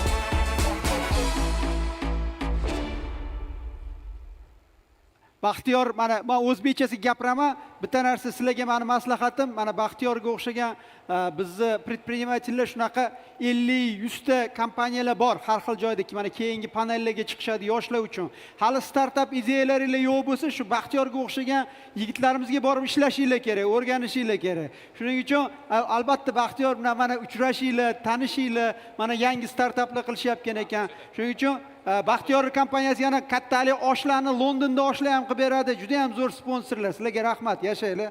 Keyingisi mana Koreyada bizda startup qilayotgan o'zbek o'zimizni qora ko'z. Next one is Korean startup called I think Trestle. Obidjon Komiljonov, please tell us about your work in Korea. Thank you. Thank you, Muzaffar. I think my speech will be interesting and funny as yours. So, hello and welcome, dear guests, colleagues. It's my honor to stand here in front of you and tell my story. And I am very grateful for this opportunity to IT Park and the Ministry of Digital Technologies. So actually my story begins with 10 years ago when I left Uzbekistan to gain my expertise and knowledge in software engineering. And simply to say, I just went to get my bachelor degree in this field in Korea. And right now, I am a CTO and a co-founder of a company which is right now my dream team. So first things first, I need to introduce myself, I think. Yeah, my name is Obidjon Komiljonov, and I am basically based in Seoul, South Korea. And actually, I always believed that technology is magic of the modern world. That's why in the last year of my undergraduate degree in Korea, I found a job which opened me software, enterprise software. And after 1 year, actually, I understood that technology is not the first priority for business. And business became, for me, the greatest platform for change. And in business, of course, I think all of you know, but for that time, I understood from my experience, and my mindset regarding to the business has been changed. As you know, employees are 100% people. Customers also 100% people. And investors also 100% people. So right now for me, people is the first priority. Next comes processes. And after that, technology. So I changed my mindset regarding to the technology, and instead of building the business applications from scratch, I think building that business applications on top of platform, much better. So I chose Salesforce as a framework for my future business applications and started working to the largest Salesforce implementation and consulting company in Korea named i2max. And after 3 years, actually, from a simple developer, I became the head of R&D. And in the peak, I had 40 engineers on my team. And with the trust of the leadership, we got investment from the i2max and opened and established our own company named Trestle. It's also based in South Korea, and now we have about 16 engineers, and we are mostly specialized in the B2B fintech and growth market, like entertainment and K-pop industry. And actually, right now, I'm a certified Salesforce architect, Salesforce MVP. MVP stands for the most valuable professional, and there are only 250 all over the world. And I'm a single, proud, active Salesforce MVP in Korea. And yeah, co-founder and the CTO of a Trestle. Yeah. So, how I said, Trestle is a subsidiary of a company much larger, i2max, and basically our company is the largest in Korea. We have a lot of professionals, we have a lot of clientele and projects, and all of them are actually multinational global companies.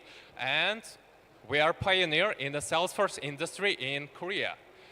So I think you know what the Salesforce company is. If you don't know, I think you know what is Slack, what is Heroku, what is Tableau, what is Informatica, and etc. Yeah.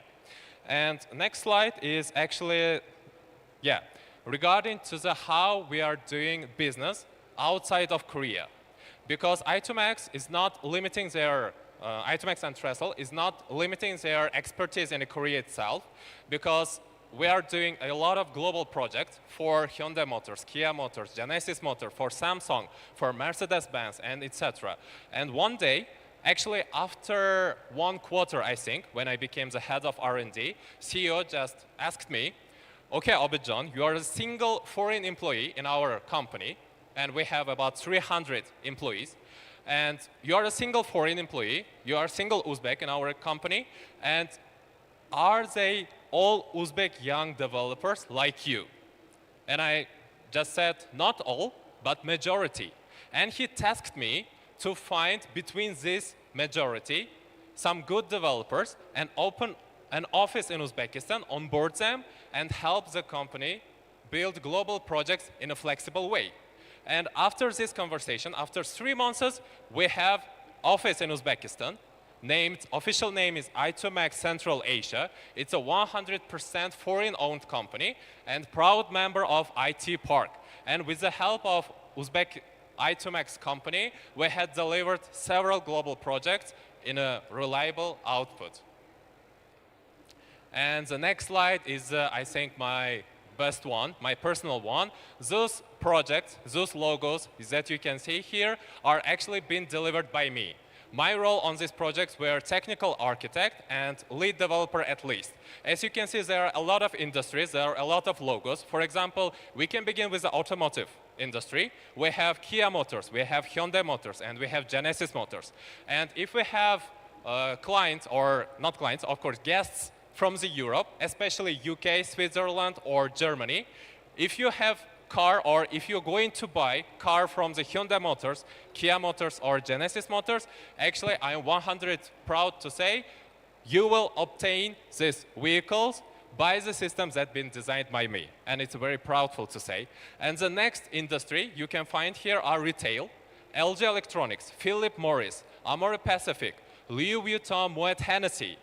Group is actually being led by me, and now Tiffany, Dior, Louis Vuitton, and etc. is being handled by our company.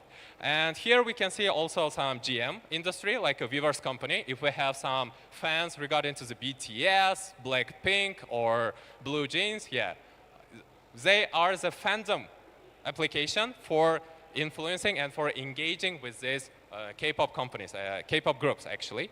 And we have also some financial sector, such as Uri Private Equity Asset Management and Hyundai Capital Australia. Hyundai Capital is actually financial service company regarding to the Hyundai, Kia, and Genesis Motors. And if you have guests from the Australia, if you will get some car loan or leasing regarding to these vehicles, these products will be delivered by the system that has been designed by me. Yeah. And also we have a Royal Canin Korea, is also the last project that I had just finished 2 months ago, is also been designed by me.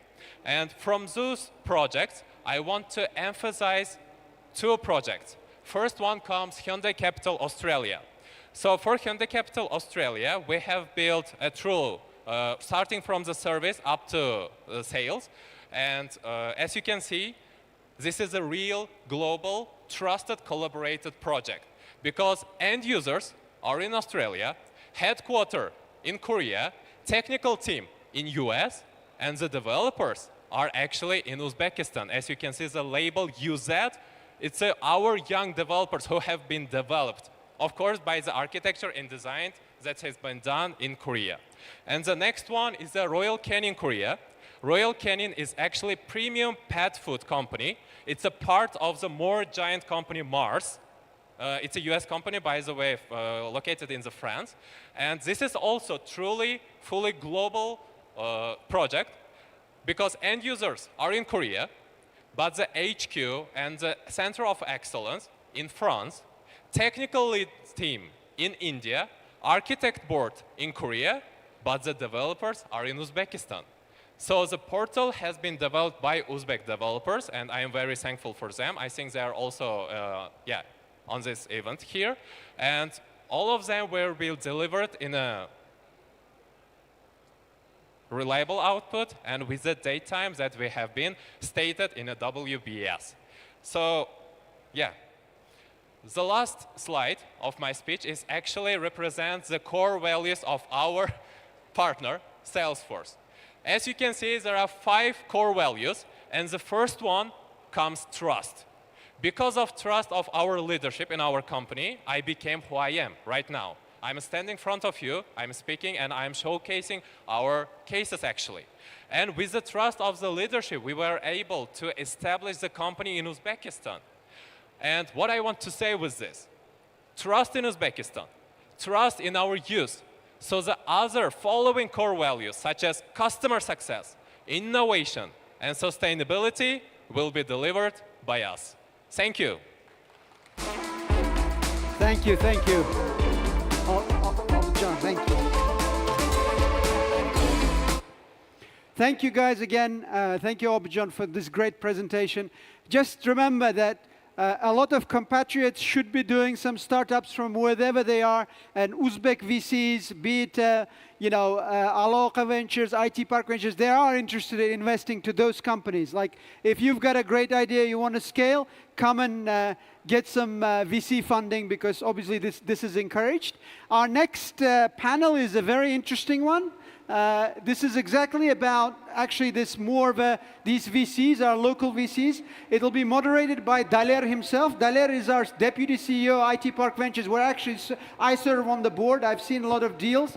Daler comes from the background of actually working for Aloka Ventures. So he's seen in the last 2 or 3 years all the different startups. So he's got a great background. So listen to him, especially the Uzbek entrepreneurs. If you guys are here, or whoever wants to kind of co-invest, Daler will tell a lot about that. And I really suggest to Daler and obviously Kanat and Asrar, who's been doing the Silk Road Hub, talk more about, about these local entrepreneurs, how they can approach you, what kind of deals they need to kind of bring, and what kind of projects that we're looking at. Obviously with AI, the previous discussion was very interesting. There's less VC money, right?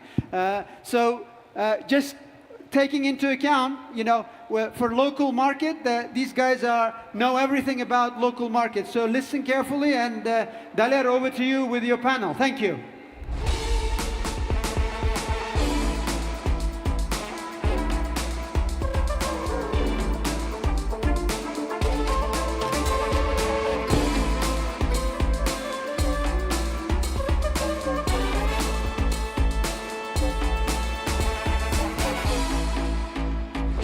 Hi, good afternoon everyone. Let's wait a bit for our guests, panelists.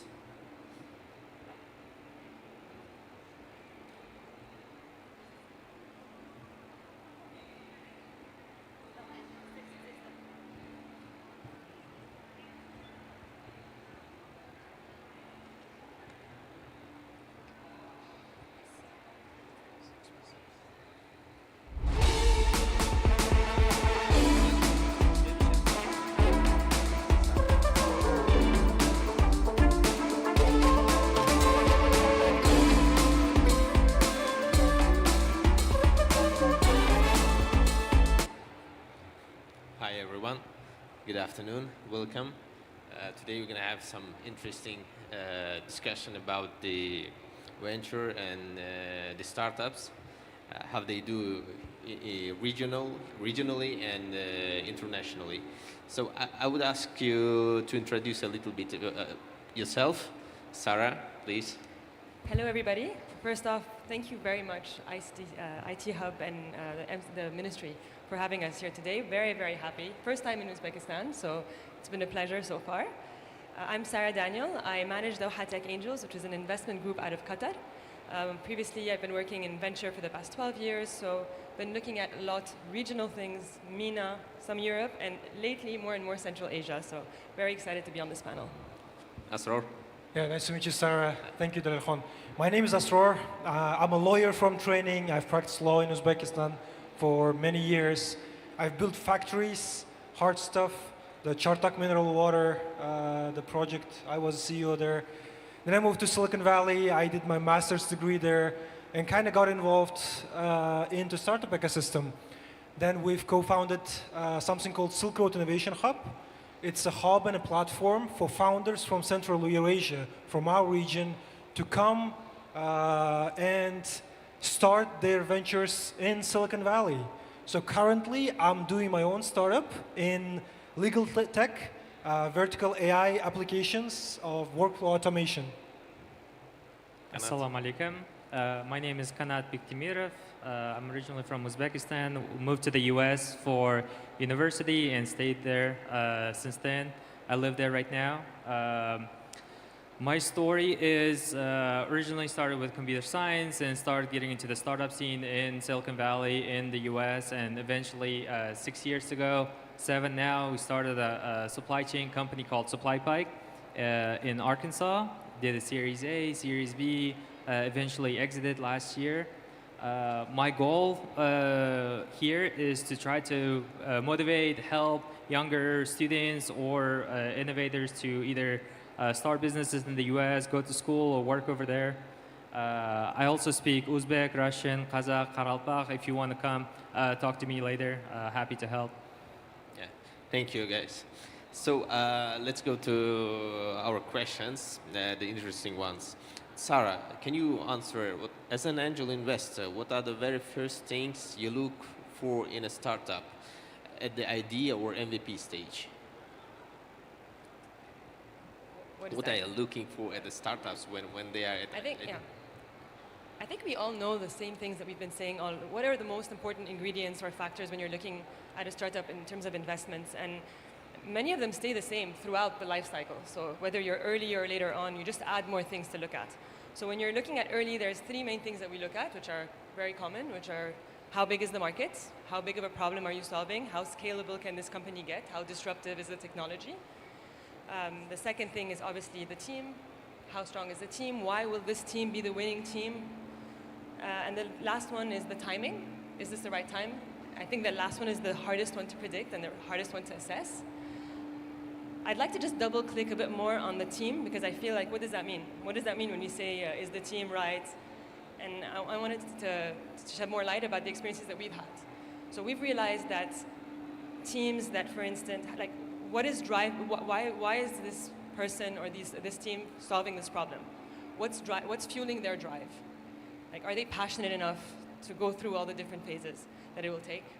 That's the first thing we look at. The second thing is, do they have the relevant expertise, the relevant networks? Do they need industry expertise or do they not? The third thing that comes by from there is, are they able to identify what they need in their team, and are they able to attract that talent? Because at the end of the day, as you grow, it'll take a village. You need to keep attracting top talent, and do they have that ability as a co-founding team to attract the best talent out there? And finally, are they looking at the right things? Are they obsessive about the metrics that they're looking at? Are they looking at things day and night, not sleeping to make sure that they're meeting product market fit? And if not, are they ready to pivot because they're looking at the data is not making sense? So I think. Yeah, that's very important, especially for those who are trying to attract some funding from ventures. Keep in mind. So, Sarah, can you share an example of a founder? Can you share as an example of a founder or team that impressed you without having much traction yet? What made you invest? At the risk of sounding repetitive, so if I would have to look at an example of this, we invested about 2 years ago in a team out of Saudi Arabia, a company called Baraka. And basically the team is building to solve food wastage, which is a huge problem. And the team had the relevant expertise, had the right passion to build it, and had identified key people that they wanted to hire before even having the capital. So it's not, I want money because I'd like to hire a growth hacker. It's like, I've identified this person, this is the right person for me, this is how much that person's gonna cost, and I need the money to hire that person. So, and on top of that, they were just looking at the metrics on a very granular level. They were looking at customers per region, per time of the day, how the average order was moving from one time of the day to the other, from one season to the other. So they were really, really laser focused on their metrics. So that's one example of a team that we went for without having any kind of traction at that point. Great. So I know that you are familiar with, more or less familiar with our regional ecosystem.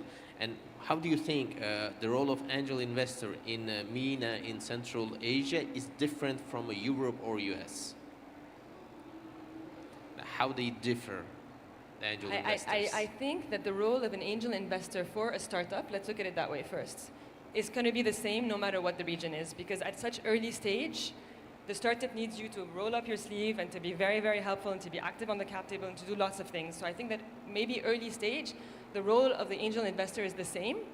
Maybe the difference is in emerging ecosystems, you have to build credibility for the startups. In Europe or in the US, there isn't that issue of credibility. You go to see a corporate as a potential client, and the corporate does not have a problem with thinking that your product is credible, right? Whereas in our part of the world, at least in the GCC until recently, and in the MENA region, and probably in Central Asia, there's a lack of credibility, and therefore maybe the role of the angel investor there is to help more on the go-to-market, on closing the deals. And then, other than that, I think that in general, the role of an angel investor, no matter what ecosystem, is pretty much the same. And it's a very important role because if you're not doing it right, you can kill the company. So an angel investor that doesn't do what's right for the company can mess up the cap table, which will prevent the company from being able to raise the following rounds. And so these things are really, really important to have a very good angel investment culture early on in the ecosystem. Like being an angel investor is not it's not an easy way. We just in Uzbekistan it's just developing right now. We already have such several cases of angel investing. So let's move on. Asrar, I know that you already started your startup, and can you share with us what inspired you to launch the Clarity Flow? And how did you convince investors to back a complex product like legal tech? Yeah, thank you. That's a good question. Being originally from Uzbekistan, living here, working here, doing lots of good projects, interesting projects, building factories. When I went to Silicon Valley, I started analyzing the ups and downs and the technology revolutions, the booms that happened in the Silicon Valley. Like the microchips, personal computers, social media, all the booms. And now with AI, if you consider we as Uzbeks and the citizens of Uzbekistan, we missed all of the previous major technology revolutions. We didn't participate at all. So there was a kind of a mission when we started Silk Road Innovation Hub that Central Eurasia should be the next birthplace of international unicorns. So from the perspective, if I was putting my eggs in different baskets before supporting startups and founders with Silk Road Innovation Hub, then I took the initiative in my own hand and said yeah, let's AI, what's happening in generative AI, natural language processing, is the next big thing, and arguably it's much bigger than all previous technology revolutions combined. So I did not want to witness it from the sidelines. I wanted to lead. I wanted to try to build a generational company. So that was my motivation behind starting Clarity Flow, and the major reason on top of that is finding the right co-founder. Because when you find the right person, it's more important than a marriage at a certain point, arguably. So I would argue, in my experience at least, when you find the right person, you know that you have to start. That happened with Silk Road Innovation Hub, that happened with Clarity, that happened when we started DataTruck in 2022. Now it's one of the leading logistics technology companies from Uzbekistan, which Aloha Ventures has invested. Sure. I know you already have some investment commitments to Clarity Flow, but can you share what was the toughest part of the fundraising journey for you, and how did you overcome it? I mean, I'm sure that lots of startups they struggle a lot, by attracting funding. But how did you overcome it? Yeah, for all the founders, like who are feeling a certain way at the moment, they might be fundraising. I have to admit, and I have to share your experiences that like fundraising in general, now like after 3 years helping the startup founders and now being on the other side of fundraising, fundraising in general is a soul-crushing experience. Like it's really tough. Whoever says it was a blast, they might have come, I don't know, like with the genius experience, the ICPCs and International Mass Olympiads who are getting funded lately by the VCs. But like for a, like overall for everyone else is soul-crushing experience. The most difficult part is getting through the door. Because now I know, like before I was just making introductions, etc. And now I know the best introductions to VCs come from the greatest founders you know, who can speak to you not with, who can introduce you not with a general introductory term saying, hey, this is my friend building blah, blah, blah, but you should have friends who are great founders themselves and who can say about you something like this along the line. Like, if you remember, there was a like popular note recommendation letter for John Nash.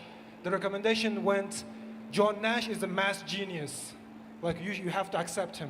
So something along this line, he's a genius, he's a one-of-a-kind founder, you have to talk to him and you have to invest in his company. So if you, like, try to find yourself friends and believers, try to surround yourself with people who can make such recommendations. And that's what was the idea behind Silk Road Innovation Hub, so that we gather all the people from Central Asia, great founders, builders, they get to know each other, and then the next level is that like they help each other. The tribal knowledge is shared within the community. Thank you. Good ideas. Like, keep in mind, Sarah, I'm sure that you have to say I want to ask him a question. You said it was an excruciating experience to fundraise. Was it the same in the US as it is over here? Was it as hard of an experience there than over here? Because I think that people have a perception that in the other markets, yeah, if I was in the US, I would be fundraising at X valuation and it would be so much easier. But you know what? This region, there's not enough VC, there's not enough money, and valuations are so low. I want to prove them wrong, that saying that no, yeah. Fundraising is always difficult. Arguably, it's the same everywhere because the informational asymmetry exists everywhere, and like the VCs are trying to do a good job even here and there. Now in Uzbekistan there are more VCs, but yeah, similar experience here and there. But like it also depends on your level of involvement with the ecosystem. Maybe for some people who are well connected here, it might be easier to fundraise here. And just one thing I wanted to comment on is that we've looked at, in a past fund that I used to work at Leap Ventures, we looked at the best source for deal flow, and it was portfolio recommendations. They were the ones that performed the best. Great. Okay, good ideas. Thanks. Asror, the last question I want to ask. What advice would you give to founders building in hard sectors like legal, fintech, or infrastructure where adoption can be slower? I mean, how you come up with the idea to going to some really tough sectors like legal? Yeah, it helps if you're in, like, if you have worked in the industry. I myself, as a lawyer, I've known this pain, and I wish the tool and the solution existed for many years. And now, finally, with natural language processing and LLMs, we can make some sense of unstructured data. And I truly believe the future of SaaS is conversational, which is where we're going, is that we're going to jump. And in developing markets, I think it's going to be easier job.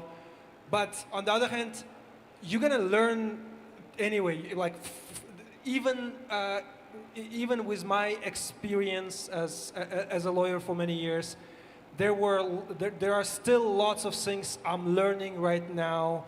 The only advice, if there is a generic advice about building startup, there is no generic advice about building startup. But I would encourage them to go and be curious and learn the field. Do not be afraid, because even the lawyer with 20 years experience is in the same position as you. You can always hire the people at a certain point, but now talk to customers, identify the pain points, and build offer the most convenient solution for your users that you can at the moment. Okay, thanks. Yeah, let's move on. Kanat, you joined SupplyPike when it was an idea. What role did you play in bringing it from early stage to a company ready for acquisition? Yeah, so I joined as a software engineer in their very early days. I knew the CEO of the company and the CTO. We went to school, university together. The CEO was a respected businessman who had a prior exit. So our start was a little unusual, unlike what you're describing. So on day one, without a team, without a product, we started with $15 million in Series A, mainly because the previous founder exited and all of his investors reinvested their profits into this new company. So there were 100 people on the cap table, which is a red flag to begin with. And then, but we didn't have all the problems of the early stage founders. So we were able to bring in people, pay good money, and then help focus on the problem from day one. But we didn't know we didn't have a good vision. We didn't know what exactly the product we were going to build. So we started with 4 different products. The industry we were in was specific. We were in the US retailers, helping them with their relationships with their suppliers or brands or manufacturers, different names for it. So first 2 years, I was mostly focused on building the products, but most of us were coming from technical perspective, and we were less experienced in the business and the sales side, so we hired external folks who looked great on paper. They were running really big CPG or brand companies, and our first 2 years was tough. We were building products, but we were weak on the business side. And there were bad hires, and the first 2 years the culture did not match at all. So the original founder had to fire those people who looked great on paper, and then only after 2 years we had to come back. The original group were mostly engineers, came to the table and figured out, okay, we're about to run out of this money. We got to figure out how to make. So at that point I switched a little bit from pure technical engineering to start getting more involved in the growth side. Did a little bit of sales, and then we did a complete culture shift at this point, and we tried to get all of our sales, business, marketing, engineering folks together literally on a daily basis to pivot the company. We made some hard choices. Out of the 4 or 5 products we had, we shut down 3 of them, and then from there it took off. We went from 0 revenue to $1 million in less than 9 months during COVID, and then from there it doubled, tripled, until 20 million ARR within 3.5 years. And then we had to raise money again because we were about to run out. So we ran into the same pain points as you were describing during Series B. It literally lasted about 7-8 months. Had to talk to about 150 different VCs, eventually only to get to 5 or 6 fundings. We weren't actually planning on being acquired. We're raising Series B. That's when the whole process started again. Another 6 months of just talking to random people instead of focusing on the product. But as we were raising Series B, there were a couple of companies who wanted to acquire. One was a strategic company who acquired us, and then there were a couple of private equities who want to purchase our company and then basically do the same thing. But that was my involvement. Traditionally started as a software engineer. Eventually, after a couple of years, transitioned to CTO position, where it was a lot more strategic and management that involved board meetings and fundraising. But what were the biggest challenges in scaling your product for larger markets? the main one was the focus, making those harder decisions on what actually products you want to shut down. Because like out of the 4 products we had, they were all making money, but they were making 100 to 200,000 a year. At this point, you don't know if they're like actually not going to go anywhere, or we're just not doing something right. So we did controlled experiments around, okay, what's actually going to go and what's not. You're going to say something. Yeah, I think it's funny. It's a good story to tell because it makes you think about what are the negative things of having too much money, right? So you can afford not to focus, yeah, right? Exactly. Yeah. You can afford to make bad hires, and I think that's an interesting spin to it. But from the technical perspective, like I think it is worth it to make good, sound technical decisions from the beginning, because a lot of our technical decisions stood the test of time. The company who acquired us actually bought a lot of our stuff for technology and the product itself, versus a lot of the stuff you see online, right? It's like, oh, just make something work, vibe code it, and then you'll figure it out. But actually doing something, coming back and fixing takes a lot more time than trying to take, I don't know, a week or 2 more to make good decisions, align on the strategy. Opposite of challenge, I feel like a lot of the technical decisions we made were really good. But looking back at SupplyPike acquisition, what should founders and tech leaders should do in order to make the company or startup attractive for acquisition? So I advise VCs and startups on the side, and the stuff I see a lot is the metrics aren't ready. When you're in this venture capital game, there's every single venture capital is trying to exit to the next round, basically invest in your company after a couple of years or 7 to 10 years, they're trying to exit. And you want to get familiar with what exact metrics they care about for your current round as well as the future round. And what we did was start obsessively track metrics. If you don't have somebody in your company who's doing this on a daily, weekly basis, that's something I recommend starting immediately. So what does that include? Okay, month over month growth metrics, retention, NDR, net dollar retention, anything that might be important during the fundraising process, because when you start fundraising, they're going to ask you for a million things. And it is better to keep track of those metrics throughout the whole cycle than at the end. There's a couple of things like we ignored in the beginning, but that were worth it, are your yearly financial audits. Like get an external audit company to audit your financials every year, because it makes your due diligence process faster during an acquisition or fundraising.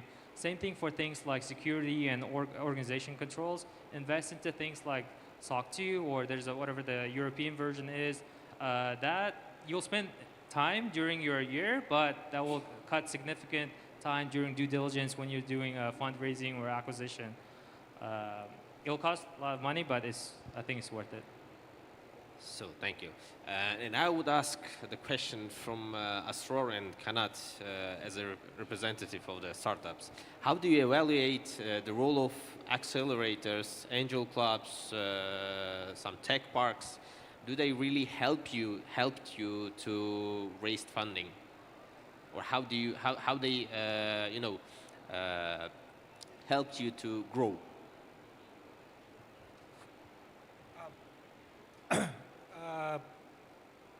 Yeah, I can start. I think there's 2 needs for accelerators or bootstrappers.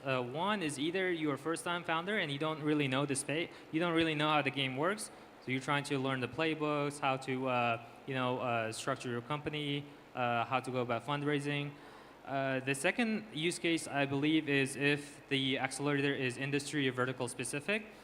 Those can open up a lot of doors for either industry experts or sales leads.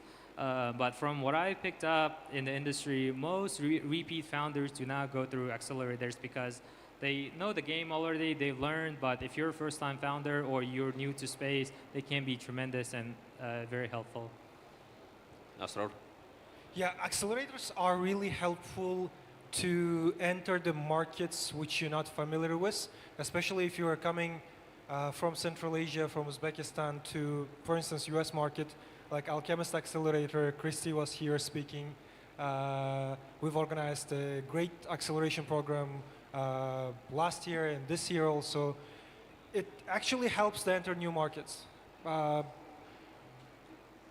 Like this is what I have to say. There are also accelerators which help you enter not geographically, but also new markets which you don't know and which you might not be familiar with. There are specialized accelerators, like for defense tech, for bio, health tech, or whatever. So those accelerators might give you a shot in fundraising better, because all the VCs, specialized VCs, are like, they are the startups accelerator graduates, they are part of their deal flow. So they look better at those things. Saying that, I want to note something useful for all the founders from Uzbekistan. There are a couple of accelerators which are in the game of acceleration. They're not part of the venture funds. You gotta do those. There's one popular name. You have to go there, you have to apply, and it increases your chance of getting funding right and getting into the market.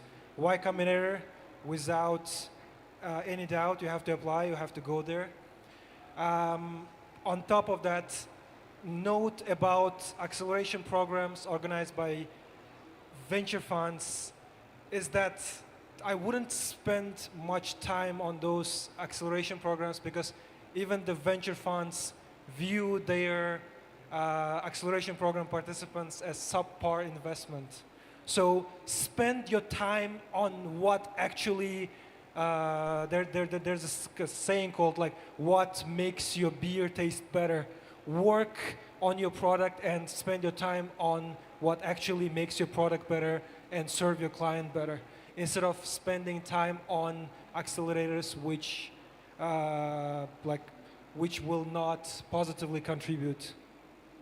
Okay, thanks. So I have a question to all of you. Like, probably it's the last question, but the tricky one. Yeah, let's imagine you have on one hand you have a world-class team with a limited funding. On another hand, you have an average team with a $5 million. So which one wins in the long run, Sarah? Yeah, It's not hypothetical for us. We went through it. I think team beats. Like during the acquisition, we look back. 80% of the people were people who were there from with us from the beginning. They made a lot of money as well. There were a lot of people that are expensive people that we hired that did not pan out, and eventually we let them go. But 80% of the people who were there day one until acquisition was an amazing feeling, and it's a testament to how much the culture alignment and team alignment matters. Yeah, I think 100% team beats for sure. But I just want to add something here. I think that it's also problematic. I think capital is very helpful. So I don't like it when early stage investors tell startups, why are you raising 2 million? You need half. We'll give you $500,000 now, and then maybe in like 12 months, you can raise the rest. I think that's super dangerous. If the company needs 2 million, the company needs 2 million. And giving them half is actually more risky for your investments, because they're not going to reach any of the milestones they need to reach. So yes, team beats, but when a company has a set plan, they need the capital to deliver. Thank you. We have to follow the timing. So thank you very much, our panelists, or the distinguished guests.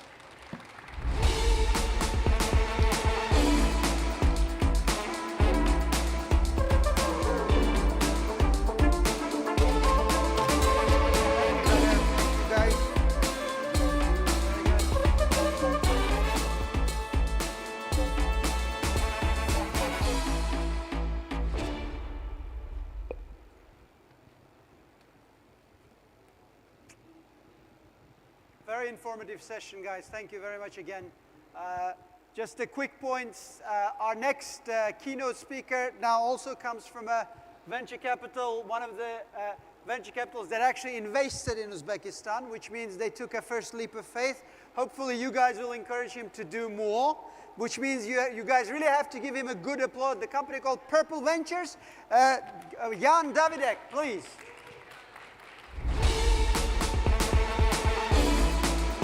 Good afternoon, everyone. Very happy to be here for the second time in Uzbekistan and be part of this Startup and Venture Summit at ICT Week. Actually, we were the first European or EU VC fund that invested in Uzbek company. A few months ago, we backed a company called TAS Vision, and that was really for us the leap forward. And I want to share with you our perspective on how we feel investing in emerging markets and why I feel that right now is the Central Asia's moment. A little bit of introduction about Purple Ventures, who we are. We are a European-based VC fund based in Czech Republic and Luxembourg. We are part of the Purple Technology or Purple Holding Group. It's a huge fintech company operating on multiple continents. It was founded 13 years ago by 3 young guys. The company went almost bankrupt at some stage of its life. And at the beginning, it was also backed by investors' money. So when the company grew to more than 200 people all around the world, we have employees from Japan, Europe, Dubai, Belize, you name it, a lot of countries. And the company became profitable. Our founders wanted to one, invest the money that they were making in the core business together to give back to the ecosystem because they knew that they were also funded by investment and it was the enabler for them to run the business at first place. And 3, support innovation through startup investing. So they created private family office type Purple Ventures. Our first fund was 15 million euros and we closed that fund after 24 direct investments and 10 investments into other funds. We opened a second fund that is 40 million euros. What is not so common about us is that we have a huge GP stake. Normally the people who run the VCs, their investment in the fund would be anywhere from 1 to 3%. We are putting 14 millions of Purple Holding money to the fund, and this is quite unique. What is also unique, we only have private investors as LPs. We didn't take any public money. In Europe, there is an organization called AIF, which is European Investment Fund. And they basically are the fund of funds, and they pour billions of euros into venture capital. But we didn't want that. We are entrepreneurs, all of us that manage the fund, and we believe that private money can do better than the public ones. That's why also we have, like, our investors are high net worth individuals, it's ex-operators, exited founders, people who build successful businesses. This gives us the freedom to actually create our own investment mandate. We can invest as we want, and this was also the enabler for us to actually invest in Uzbekistan. If we took the EU money, we never would be able to do that. We try to be sector agnostic in our investments. We basically try to search for the best and skilled founders, but we see that AI is changing everything. So what I would advise to the founders, you need to be first AI native. By that I mean give all your employees all the paid AI tools and basically 5x, 10x their productivity. Buy them all the tools that you can, and as I think previously someone said here, it's not sexy anymore to create huge teams. VCs will not fund you to build like huge team. Now we see that with a few skilled people, 5-10 people, and a bunch of technology that will cost you a few $100s per month, you can build great things. Our other thesis is that we invest into tech companies that are basically scalable all around the globe. And one of the part of the portfolio is AI-enabled companies. By that I mean it's companies that use AI in their product to do something that was not possible product-wise before the AI era. And we also see that the AGI, artificial general intelligence, is coming. We don't know whether it's in months or whether it's in a few years.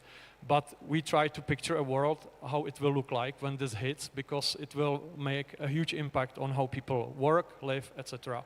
So we try to build part of the portfolio as post-AGI resistant, which means it's like future of retail, offline work, how people entertain themselves in the real world, taking care of elderly and stuff like that. And why Central Asia? Uzbekistan startup funding grew 230x in just 4 years, and the number is still growing. So we see that the region will boom, and we see it also in different emerging markets in Europe. All those small countries that are outside EU, Moldova, Serbia, Georgia, they have a great potential. If you look at it from the geo perspective, or politics perspective, Europe now has a lot of problems, which I will talk about later. US is still dominating the globe, still dominating the innovation, but as was said by our American colleagues, the administration is doing crazy things, and it's not good for the business if you don't have the uncertainty. So we feel that the real power is shifting towards Asia, that will dominate the world of innovation in the next decade, and we already see how brains and talents are moving to China, India, etc. What we like about the region here is that it will be booming. You are at the very start of that boom. It's same in the small markets in Eastern Europe. It's same here in Central Asia. And we see a similar pattern in those markets. And it's that the government understands really well that they need to support this change. You need to digitize and transform the economy that would be leveraged by AI and by innovation and technology. A great example of that is Estonia. It's a small country, ex-Soviet republic as well, only 1.3 million people. And Estonia has more than 14 unicorns. And how did they did it? Basically, it's called Skype Mafia, where the founders of Skype sold the company to Microsoft for $2 billion. And they introduced to their employees ESOP, Employee Stock Option Program, which basically they give shares of the company to key employees. And this enabled then the ecosystem to thrive, because when they sold it to Microsoft, it generated a lot of millionaires who then reinvested their knowledge from Skype and the money that they got from the exit back to found their own companies. And such a small country then was able to basically outperform everyone else in Europe. And when the government saw that, they said, okay, we need to support this. And they were fully digital. Now you can be like e-citizens of Estonia. You can do everything online. You can set up a company, set up a bank account very easily.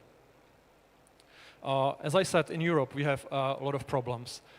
We are too rich and too lazy, to be honest, to be able to innovate. We created an environment that is full of regulation. So if you buy an Apple iPhone in EU, it's not that smart as it's smart in different areas of the world. Because of our regulation, Apple didn't manage to use the AI features, for instance. What we also see that the young generation, they don't want to work anymore. They need work-life balance. They need meaning in everything what they do. They want to work remotely from Bali and be the digital creators. And basically, we believe that success is only a function of work, and if you work hard, you will be rewarded by success. And this is good for you, because here in the emerging markets, actually we see that there is still the ambition among the young people to work hard. Young entrepreneurs here, 3x in the recent years. And you have the very good baseline to avoid all the mistakes that we made in Europe and basically make a huge leap forward for the future. What is also great for you is the size of the market and the demographics. Western world is slowly dying with 1.3 child per woman in Europe. It's inevitable that this will cause a lot of problems. In Uzbekistan, you have great demographics. A lot of people, most of the people are young. And you have, by this, also a local market that could be a playground for you to test everything what you want to build and then compete with it on the global market. Small countries like Moldova, Serbia, they cannot do it because it's basically just a few million people and the local markets are not big enough to that. So this is your advantage. But also you need to understand what the future products will be needed, and you cannot do copycats of what was popular in US or in Europe like 3 or 5 years ago. So to finish my presentation, how to use the actual momentum. I think you need to be bold and to be hungry for success, and I see it very well here in the region. Leverage the AI and make your people more efficient so you can compete with the global players. use that support from your government to kickstart, put the people to the same place, use some co-working spaces so the startups can share ideas. Sharing is caring, and basically, if the people share and learn from their mistakes together, they can go farther. Get ready to compete on a global playground, but use your large local markets to pivot and bootstrap. And I think if we meet here in 5 years, there will be a lot new Uzbek unicorns. I'm pretty sure about it, and I wish you all the best luck on the journey. Thank you.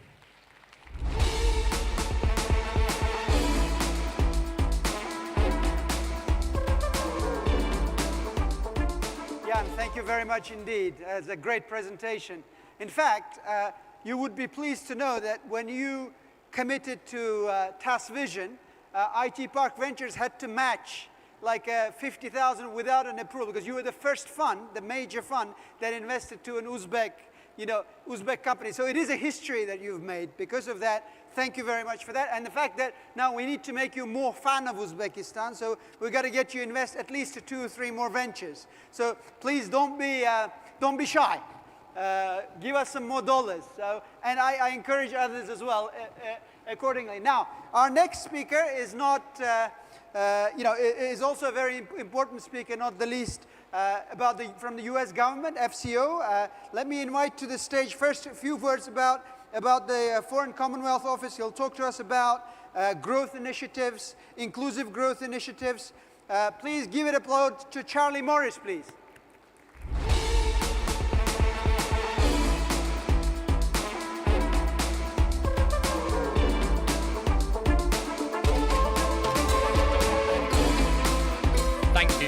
Thanks so much, Miss. And thanks very much for coming. The dangerous slot just before lunch. So I will try to keep this short, precise, to the point. It's really amazing to see so much energy in the room here today. And also as well, I think particularly the diversity. What's really pleasing from the perspective of the UK government is when we come to events like this, when we join events like this, we're not just in a room full of Uzbek founders and Uzbek startups and investors, but across Central Asia. It's people from Kazakhstan, Kyrgyzstan, Turkmenistan, Tajikistan, even broader across the region coming here together. And that's something that's particularly important from our point of view as well, is to see the region come together. That's what we care about. I want to first of all, before I go into my speech, just address the elephant in the room, which is, what is someone from the UK government coming here today to talk about? We've got amazing, founders, investors here with all of this information. Why someone from the UK government is coming to talk here today? Why were we invited? The first reason is that we are passionate supporters of the Central Asia's startup, tech, and venture ecosystem. We see a growing population, a growing ecosystem, educated, brilliant people, but fundamentally, not enough jobs. Fundamentally, not enough companies being built. Too many people having to leave to go and find work, and not enough being able to stay here and build the ecosystem themselves. And that's what we want to help support change to see this ecosystem grow. The second is that we talk to UK investors every single day here. We talk to UK investors from the City of London with over 10 trillion of assets under management, banks, hedge funds, private equity firms, venture capital, who come to us and say, what is this ecosystem like? What's important? Should I be doing business here? And that's the purpose of what I want to talk about in my speech today. I want to give a few reflections on what we've heard from those different institutions, what they say to us, and some, I suppose, reflections on the direction for the region, but I think also to think about them as opportunities as well, and how we can make this ecosystem grow even more. So in that sense, I'll be taking a slightly different approach from the other speakers. I'll be zooming out a little bit in terms of that view to give that perspective even further. So as I said, we work very closely with lots of those financial institutions coming from the UK who ask us exactly what this market is and what it is about here. And the first thing I want to say is, much like many of the speakers have said in their presentations already, there are so many positives and so many bright spots about Central Asia. We have one of the few regions and collections of countries in the world outside of sub-Saharan Africa with a growing population. We have relatively stable regulation here, relatively stable governments, an educated population, a young population. These are factors that are massively in Central Asia's favor for the future, and now is the time to capitalize on that. So a lot of interest, but ultimately still remains a frontier market, really, for most coming from the outside. This is still very far out for investors coming from the UK, EU, US, etc. But the interest is there. The interest really is there. We also see some real bright spots, which I think have really captured the interest of people from investors. I would say in the past couple of years, the points that we've noticed are first bond issuance here in Uzbekistan, handled by UK investment firms with advisory support and purchases and investment in, indeed, of a lot of UK investors. In Kyrgyzstan, the first Euro bond was raised earlier this year. Again, a real signal of demonstrating outside to the market confidence in those markets to be able to raise capital. And then I would also say institutionally as well, things like I would point to Astana International Financial Center as being a brilliant example of real long-term dedication to financial system strengthening that attracts international investors, giving them the confidence here to do more as being real strengths. But why is it not more? What can we do? And what should we be focusing on for the next 5 years, 10 years? And this is what I want to leave you in my speech. These are 3 things that investors have told us and that we're watching really, really closely to see how this market is going to develop in the next few years. The first is basic, solid legal frameworks for not only funds, investors, startups to be able to operate, but also businesses in general. Can you do the basics of being able to start, operate, run your own business in a jurisdiction that allows you to do that relatively free of hassle? Fundamentally, can you put money in? Can you gain money? Can you get it out easily? These are the basics of what's needed to function in an economy.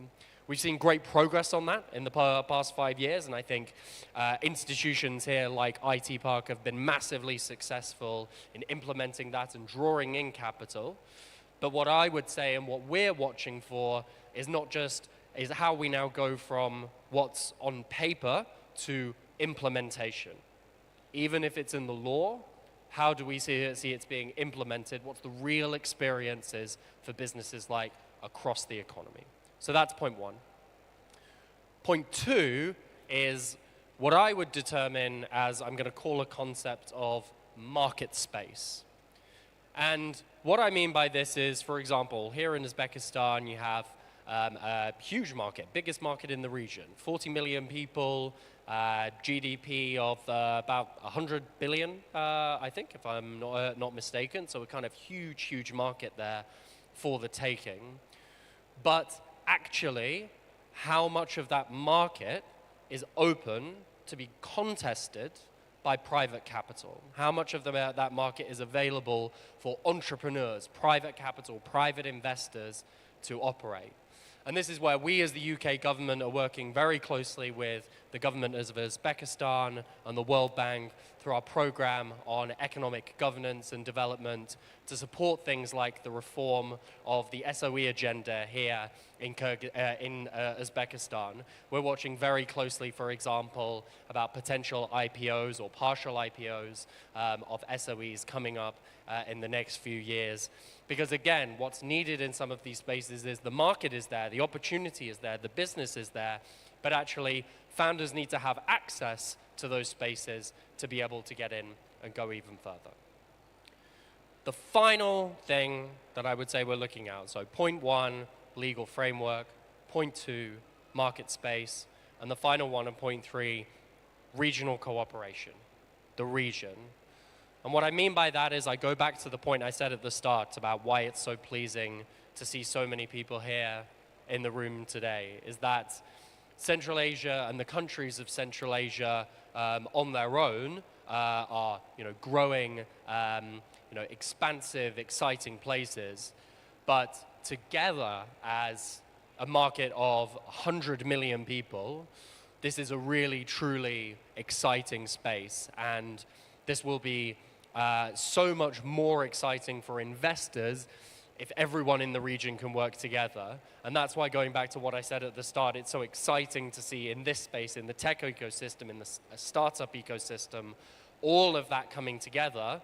What we now need to see is that in other parts of the economy, in trade, transport, infrastructure, logistics, reducing those barriers to trade in goods, in services, in products, in investment, in capital, making that so much easier to flow throughout Central Asia, so businesses can do activities across. We see so many business plans from startups coming from here that say, okay, we're going to do 1 year in Uzbekistan, we're going to do 1 year in Central Asia, and then we're going to go to the US. And that's great. It's really good to have a global mindset. But fundamentally, from our perspective, from the perspective of jobs, what we would like to see is that people can spend even more time here doing even more business. It's been a pleasure to talk to you today. It's been a pleasure to share insights. Thanks so much for having me, and good luck with the rest of the conference. Thank you. Charlie, thank you. I have it. Charlie, thank you. Great presentation. In fact, I hope some founders took a note. Very good presentation, very concise. This is how you should be presenting. I'd be a founder like Charlie if I was. It's great. Now, without further ado, we are going to, is our fireside chat. It's also going to be very interesting because next set of speakers are obviously a couple of entrepreneurs, very good entrepreneurs who made it happen. Both our moderator here is Aziz Kurbanov has already sort of built the InsurTech startup. He'll be moderating and asking questions. But more importantly, the following two people, especially our celebrated entrepreneur Rustam himself, built the bills. A lot of people know already. He's made and TBC being a fintech entrant and the bank itself wants to be very proactive in the space by acquiring companies, right? I also had an opportunity to speak to Nico earlier on, couple of weeks ago. He was talking about like in Georgia, the TBC being a Georgian bank, they've like acquired or invested like almost like 80% of the startups. So they want to be a really strong player, and they've come into Uzbek market. They built a great bank. It's one of the great brands, TBC. So basically, they have acquired bills and invested into bills. And Oliver Hughes from TBC will be here talking about that. And obviously, there'll be more of a fireside chat with Rustam himself. He'll talk about his challenges. He's fundraised. He's kind of on the exit side. He wants to do more. So give a warm welcome to these guys, Aziz, Oliver, and Stanislav as well here from PayMe. Please come over. Take your seats.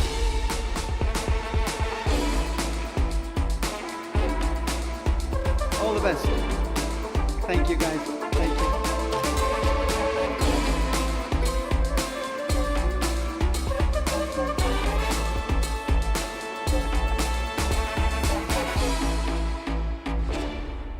Guys, just before you guys start, I'm sorry about PayMe. Stanislav, PayMe was a previous acquisition as well. So these are some of the greatest Uzbek stories. Pay attention. Thank you. Hi, ladies and gentlemen. My name is Aziz Bek. I'm CEO at AK Capital. And today we'll have a panel discussion on investments, growth, startups with tremendous speakers. And honestly, our speakers need no introduction, but it's going to be my pleasure to introduce them. So meet Oliver Hughes, Head of International Business, TBC Bank Group.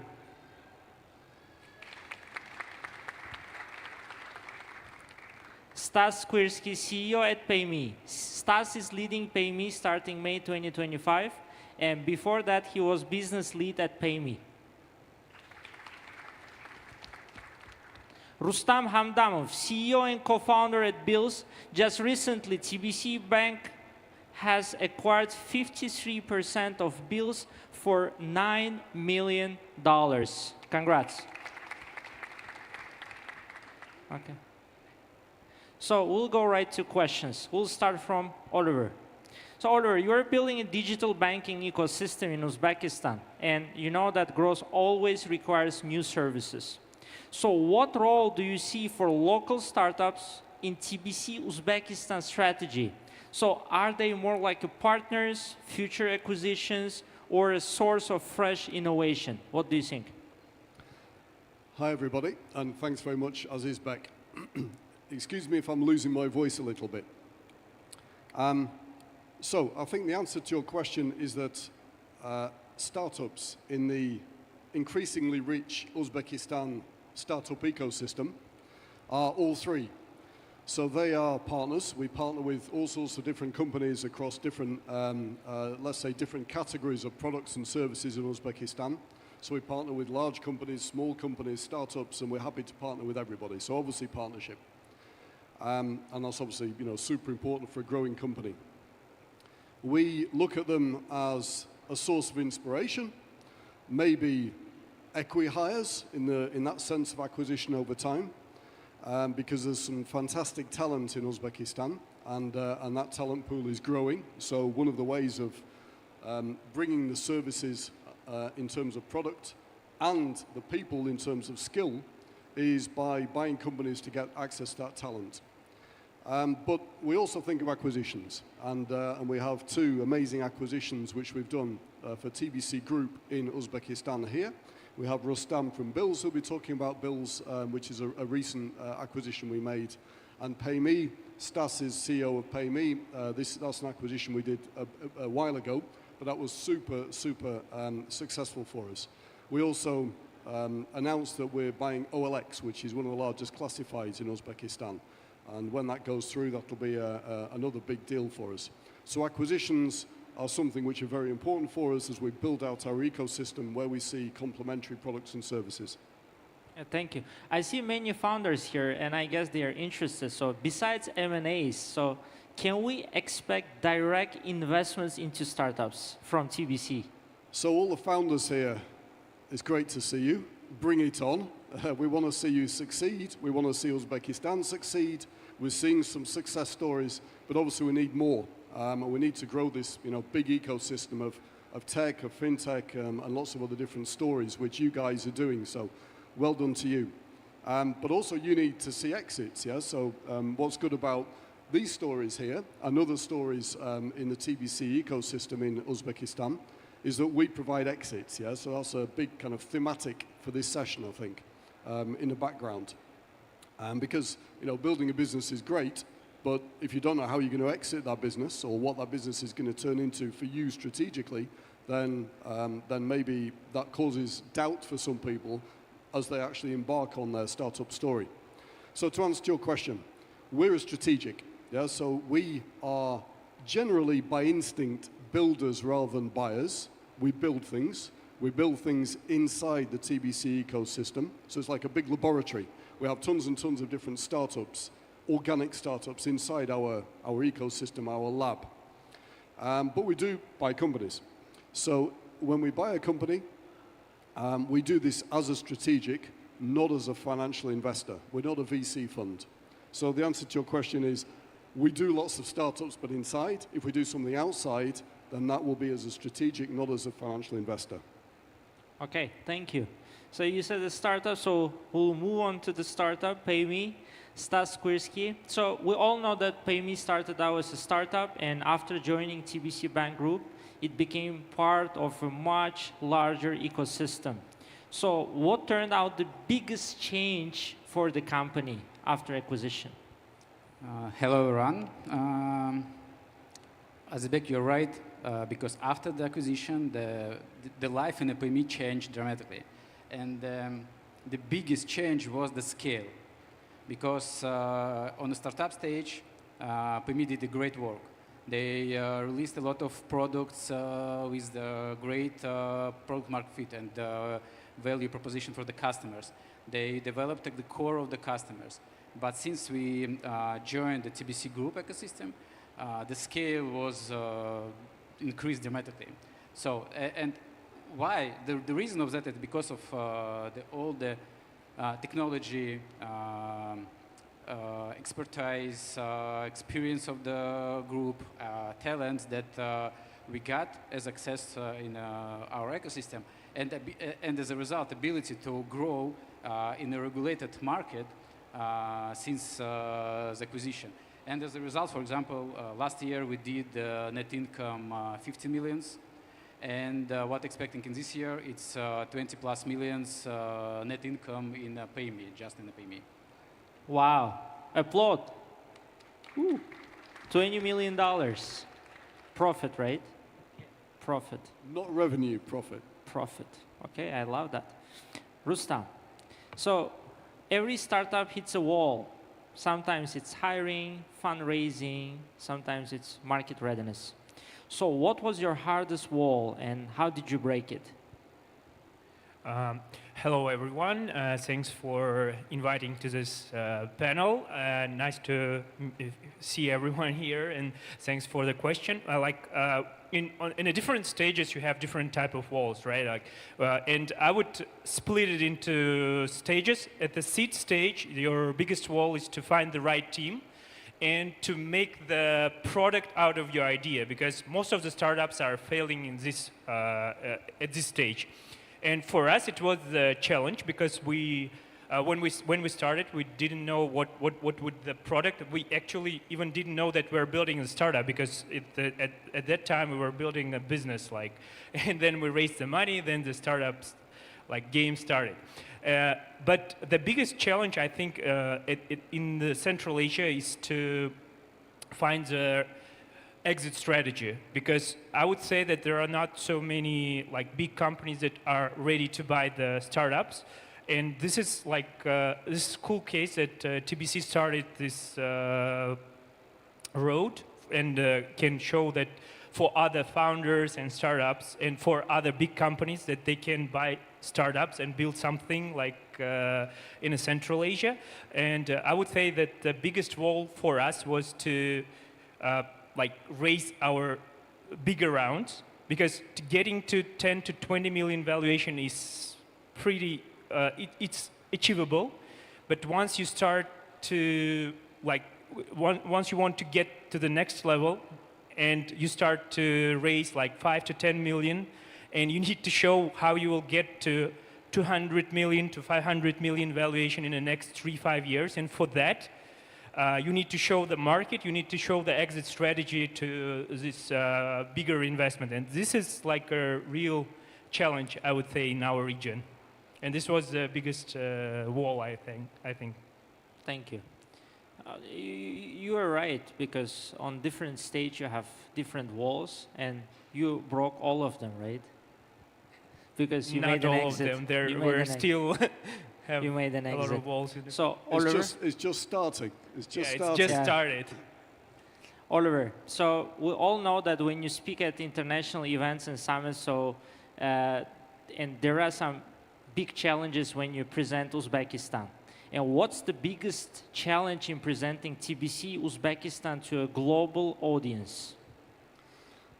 Yeah, so I'm out on the road meeting investors and generally plugging fintech quite a lot of the time. So I was in Saudi Arabia last week at Money 2020, a big fintech conference, the biggest event in the Middle East now for fintech. And quite often, in order to sell TBC Uzbekistan, I have to sell Uzbekistan. So a lot of what I've been doing over the last few years is basically, kind of, if you like, the 101 of Uzbekistan. Why it's such a great place to do business, what's interesting about the economy. It's obviously great economic profile, GDP growth, socio-demographics are just to die for. And all the other stuff, the payments ecosystem in Uzbekistan, which is pretty unique and makes a great backdrop for building fintech in Uzbekistan and tech in general. So I have to go through this, and there's quite a lot of, let's call it ignorance about Uzbekistan, where it is, what it is, why it's a good place. But that's changing. And over time, as I've seen over the last few years, there's a much higher level of awareness, and Uzbekistan is now on people's radars. It's actually coming onto the investments map, which is very important. It's coming onto the private equity and VC map, and it's also now on the public equities map. In large part because there are 3 or 4 companies who are out on the road, including TBC, banging the drum for Uzbekistan. But obviously lots of stuff, good stuff going on, which means that it's attracting attention.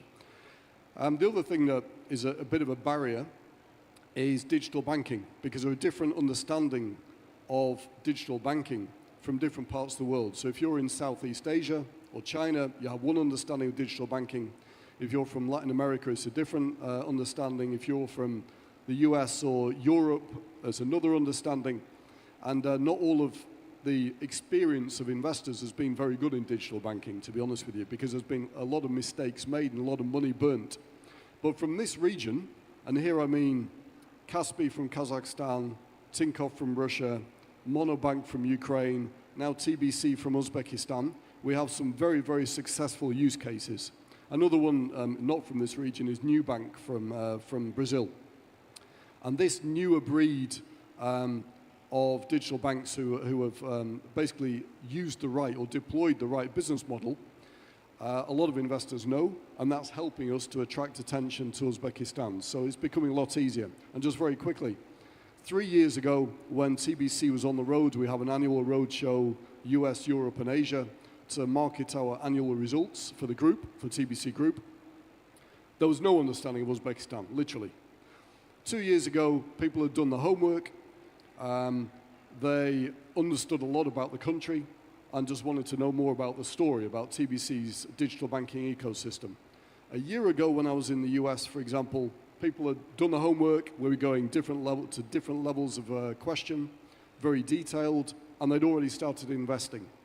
And so hopefully when we go in February, March to market our results, it'll be a much better quality of discussion with a higher level of understanding about the Uzbekistan market, because you can really feel it changing quickly, which is very encouraging. Thank you. So as a part of ecosystem in Uzbekistan, I'm so happy to hear that perception is changing towards Uzbekistan. And I have a question to Stas. So we all know that startup success often comes down to its team. So after deal with TBC, so what changed inside PayMe? And how did you manage to keep that entrepreneurial culture while scaling? First of all, yeah, since the acquisition, the team changed dramatically. So in 2022, we had only less than 100 employees in the team. 100? Right now, yeah, 100. Right now, we have 500 employees in the team. Of course, in such environment and such changes, it's easy to lose this spirit of startup, this environment. But what we did to make sure that we still keep this spirit in the team, it's two major points. First of all, we have in our team a product team. It means that all the decisions about the products, about the economy of the products, about how to grow, how to change the features, to make sure that the product has enough value proposition for the customer, can grow and make the scale. So all these decisions we have in the product teams, and they have enough skills in the team to make these product decisions. It's the first point. The second point, in our team, we don't have layers of the management. Yeah, we have management team, and the next layer, it's already product teams. So it means that any product team can ask advice or support in the management team. Just ask. You don't need to prepare any papers, to wait some committees in the organization. Just ask. You will get your advice and support to build your product. So I believe these two things that support us and help us to keep this spirit of the startup in not only PayMe, but in all TBC ecosystem. Love it. Thank you.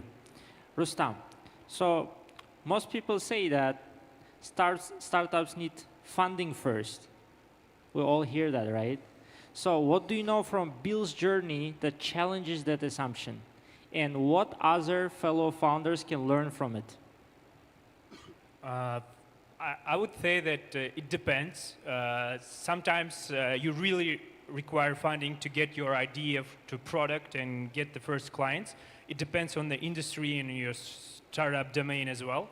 But if we take our experience, we burned like 200K of our own money to start the business and get the first clients.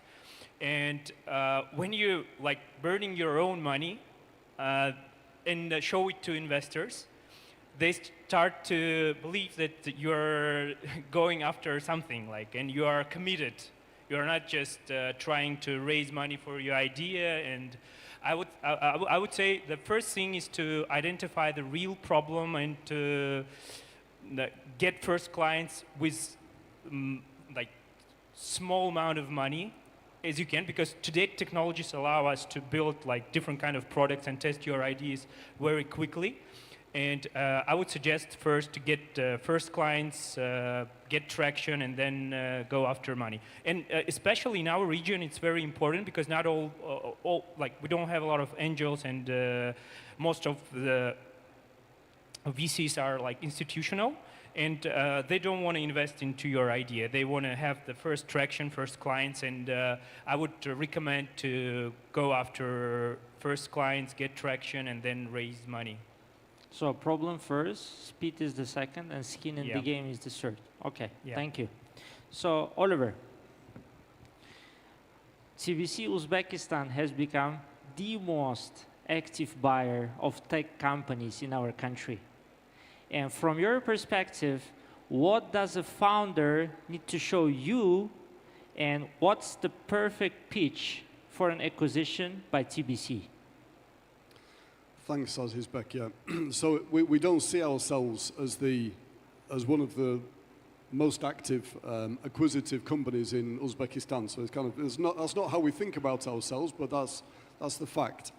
But I hope that we won't be alone in this, and there'll be other companies, lifting the boats in the ecosystem for tech companies and startups over time as well. So what do we look for? First and foremost, it has to be complementary for our products and services. So we're a digital banking provider. It's an ecosystem of core financial services. If there are products and services like bills, like PayMe and Payments, which is a payments aggregation app, lots of other stuff in adjacent complementary areas, then we will be very happy to look. So it's got to be the complementarity of the businesses, which is the starting point. Then it's obviously about fantastic founders. It's about founders with fantastic teams. It's about those founders and teams staying with TBC to build and scale the business out. So we don't want exits when we buy, because we're strategic. We're buying a team who are helping to build their business into something big and beautiful as part of the TBC ecosystem. That's super, super important. And also we look at, obviously, unit economics, the business model itself. Is there a path to profitability if the company isn't profitable already? That's very important, because companies are there not to burn money, they're there to make money. Yeah? So it's about the self-sustainability or self-sufficiency of the company as well. This is very important. So are there any startups right now on your radars that you're watching in Uzbekistan? All startups are on our radar, but we're not in an active phase right now. We have lots to do. And if there's a company which can help us do stuff better, quicker, reduce our time to market, bring great products and services to our customers in our huge ecosystem. We have over 20 million registered customers in the TBC digital banking ecosystem today. Then we're happy to have a look. Thank you. So Stas, looking back, what's been your boldest product bet so far, and what lessons did it teach you? So the biggest best for as for now, it's for us, it's subscriptional business. Pay Me Plus, right? Yeah, Pay Me Plus, for sure. We had this product previously, and it was small, but after some, analysis of the data, of the customer behavior, of the customer needs, we found that we can make some changes in this product and provide customers some new features, valuable features for the customer. So, and as for now, what we see, the grow year to year of this product, it's 300% right now. And the product is still in the MVP stage. We still just making some development, changing some features. But what we see that if customer get the values from product, some features that really solve customer needs, in Uzbekistan, customer ready to pay for that. Yes. So that's what we see right now, and our bet at this moment. But next year, we'll see. We have some new products in our backlog that we're going to launch next year. Let's keep it. I'm a user, by the way. I use Pay Me Plus. So, Rustam, everyone is interested here. So you recently made a partial exit, and everyone has a question. So are you considering investment in local startups? Why and why not? Yeah, sure. I want to invest in local startups. Actually, I've not only from Uzbekistan but from the Central Asia, but the ones who want to scale to US and operate there and build something big. And I will be happy to speak to these founders who are going to make something big in US, but they're local from Central Asia. So why not the local solutions, even for Central Asia, for a region? Why not? Yes. I don't know, because I want to invest to something that could scale and become big. Maybe, probably, just this is the reason. So you're chasing after a big market, right? Yeah. This is the first rule of startups. Okay, thank you. So before we wrap up, I have blitz questions. So I will start with Oliver. So if you had the power to change just one thing tomorrow to accelerate Uzbekistan's startup ecosystem, what would it be? I think I have two, if you don't mind, very quickly. First is more local cloud computing and processing data center capacity. And obviously, this is high on everybody's agenda, but it's just a must-have, especially if we're going to develop AI in the country. The second, sorry for being cheeky and taking two, is generally startups will have an offshore holding. Yeah, that's how private equity comes into startups in the startup ecosystem here. And because of capital controls, it's very difficult for them to structure exits. And so I think there should be a carve-out or a relaxation specifically for exits to take capital out of the country to complete these deals. Without that, there'll be no development of the startup ecosystem. Super important. Thank you. Stas, so in one phrase, so what's the first thing that comes to mind when you think about PayMe 5 years from now? It's a trusted, secured financial agent for day-to-day life of customers. Love it. Rustam, in 5 years, will Bills be more of a fintech company, retail operation system, or something different?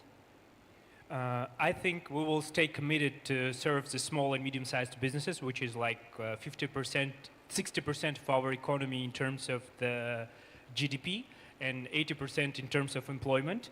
And I see our company building something that is really valuable for the customers. It could be like, we're not trying to build like fintech or retail operations. We're trying to build product that brings value to the customers, and we want to become an ecosystem for small and medium-sized businesses that will include everything that is needed to solve their daily problems, like, I don't know, accounting, like inventory management, or like sales and whatever, even fintech, etc. So our goal is to build something that is really valuable for the small and medium-sized businesses, so we can take all their problems and they can do something else. Thank you. So I have a feeling, Oliver, you have final remarks. I didn't have final remarks, but I'll maybe make a very quick summary. So the Uzbek tech ecosystem and startup ecosystem is very vibrant. It's getting better. There's a few things we need to do to help it improve, but one of them is exits, and for exits there have to be buyers. And for buyers to be there, it could be foreign buyers, so you have to sort out the legislative issue I was referring to earlier. And for local buyers, there just need to be more companies doing acquisition like TBC. But just to wrap up very quickly, you have two very successful Uzbek entrepreneurs sitting right here. I mean, this is it. You don't need to go any further. And there's plenty of them around, and welcome. Thank you. Thank you to our speakers and our audience. So do we take photo or no? Yes.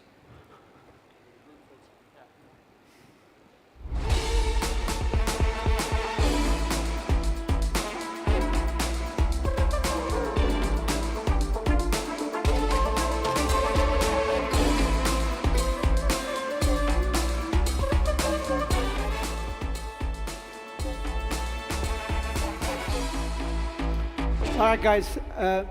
Oliver, thank you for a great presentation, guys. Rustam, Stas, thank you again. Oliver, I have to tell you that your work in terms of selling Uzbekistan is very, very important. Even though in the slide it said you're the second unicorn, but you're a true listed company. So because you're a public company, you tell about Uzbekistan to all these investors. So I want to thank you on behalf of all Uzbeks for your great work. And obviously acquisitions are great. And Uzbek companies, especially like your peers, they need to come to this space, learn from you, and do more. Now is the time for announcements, ladies and gentlemen. We have few. Please bear with us, and I think some of them are very important. First one is basically with IT Park Ventures and AWS. Inna Azhogina and Dalerkhon come over, and I think this is about AWS credits, exactly what Oliver was talking about. Please come to the scene. Thank you.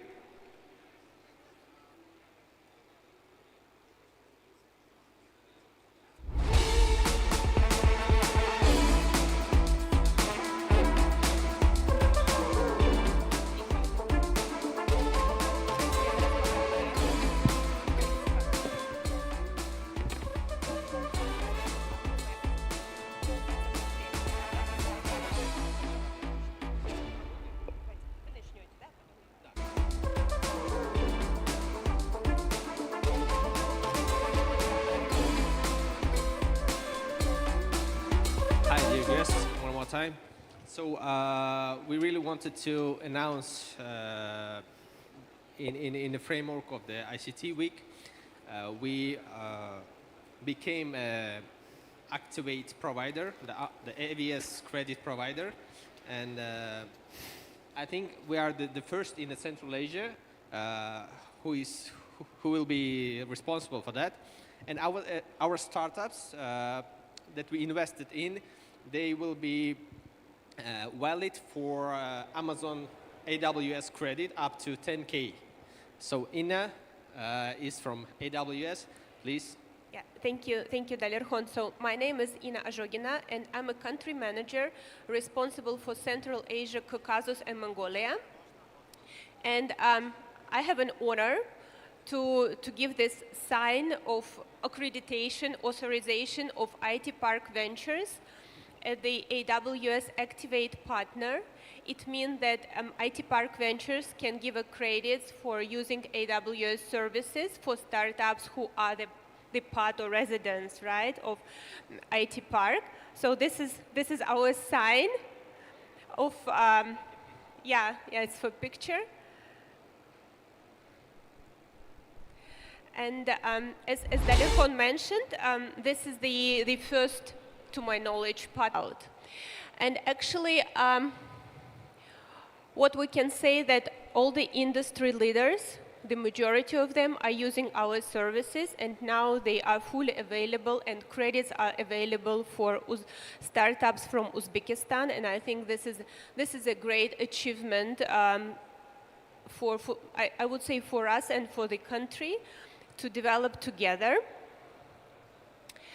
And we have a mission, and our mission to be the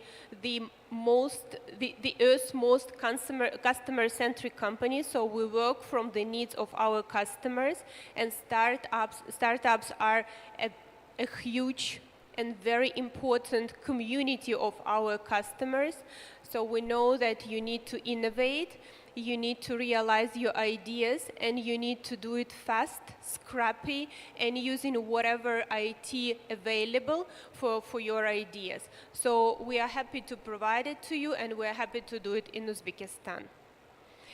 And actually, a couple of words about our business in Central Asia. So we work in a complex approach with the countries. So we work on ecosystem development. This means partners, this means startups. We develop communities. We do enablement, so a lot of free courses and workshops and different presentations which help to develop a community. And actually we know, so the speed of GDP growth and population growth and IT expert growth of Uzbekistan is tremendous, and we are ready to provide all our capabilities to develop Uzbekistan together.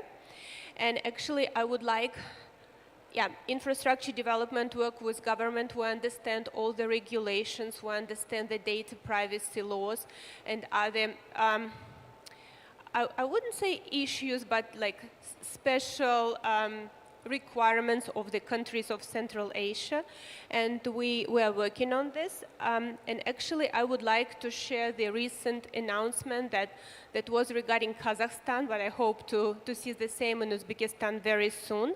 So there was a United Nations Assembly in New York. It's still this week, and during that assembly, there was a meeting between Amazon and President Tokayev of Kazakhstan, and we announced that Amazon project Kuiper, together with Kazakh Telecom in a partnership, will provide the satellite high-speed internet to the whole Kazakhstan. So this is a major step in country development. So it's not just to sell some services to customers. This is about the country development. And we do it in Central Asia. I hope to have this similar announcement very soon for Uzbekistan. Not promising anything, but we're working on this. And about the startups. So this is, as I said, very important part of our community and very big focus for us. And we have multiple programs for startups. Actually, you can go to our website today and get 1,000 credits, US dollars credits, right now for any of your needs in AWS. If you work with IT Park, we announced that IT Park is authorized as an AWS Activate partner, so you can get more credits working with IT Park. And actually, if you visit our website regularly, there are a lot of programs, credit programs for startups, especially in AI area, because this is a very popular topic now. So you can actually, if you check, you can periodically find more interesting programs for financing. And a lot of courses, a lot of materials that can help you to build your startup and realize your ideas. And together with IT Park, we also plan to organize some AI enablement course. Just stay tuned. We will announce it very soon, and IT Park will announce it also. And we organize AWS Community Days. These are big events for people who are interested in AWS services. We had one last year, and we will announce another one very soon. So together with IT Park, so stay with us. There will be announcement of the date. And also, if you visit our website, you will find a lot of detailed information on our different programs for startups, like migrations, well-architectured review, where we can help you to review your architecture and understand how it can be improved to be more scaled, more reliable, more effective. Also, there are communities of CTO fellowship, startup mentorship programs. Please go to our website and find everything and just enroll what is the most interesting and valuable for you. And actually, that's it. Thank you very much. Very happy to be in Uzbekistan. Thank you. Thank you very much, Inna. I hope this humble beginning will be the beginning of something tremendous in the future. Absolutely. Yeah, thank you. All right, Inna, thank you very much. I have to tell you, Inna, I have a couple of things to finish off with. I am one of your biggest customers in Uzbekistan. I spend a lot of money to AWS. But unless you have a servers here, we're going to be forced to leave you because local regulations that you have to have host locally now. So this is something that you have to address, and you have to address fast. So please bring your servers here. Thank you. Now, next announcements, we have a very important announcement again. And this is with the, as I said, the $100 million fund that's coming in, and they're coming through like UzVC, IT Park Ventures, and Aloha Ventures. They will be also partnering with other funds that already done it. And Domino Ventures, I'll invite Mustafa, Yegiz, Abdulaziz from that side, and our own Abdulahad Kuchkarov, our CEO, as well, to talk a little bit about this $10 million additional investment. I think it's a $20 million, if I'm not mistaken. I'm not going to take a limelight. My arkadashs will tell. Thank you, guys. I saw the great announcement. Well done.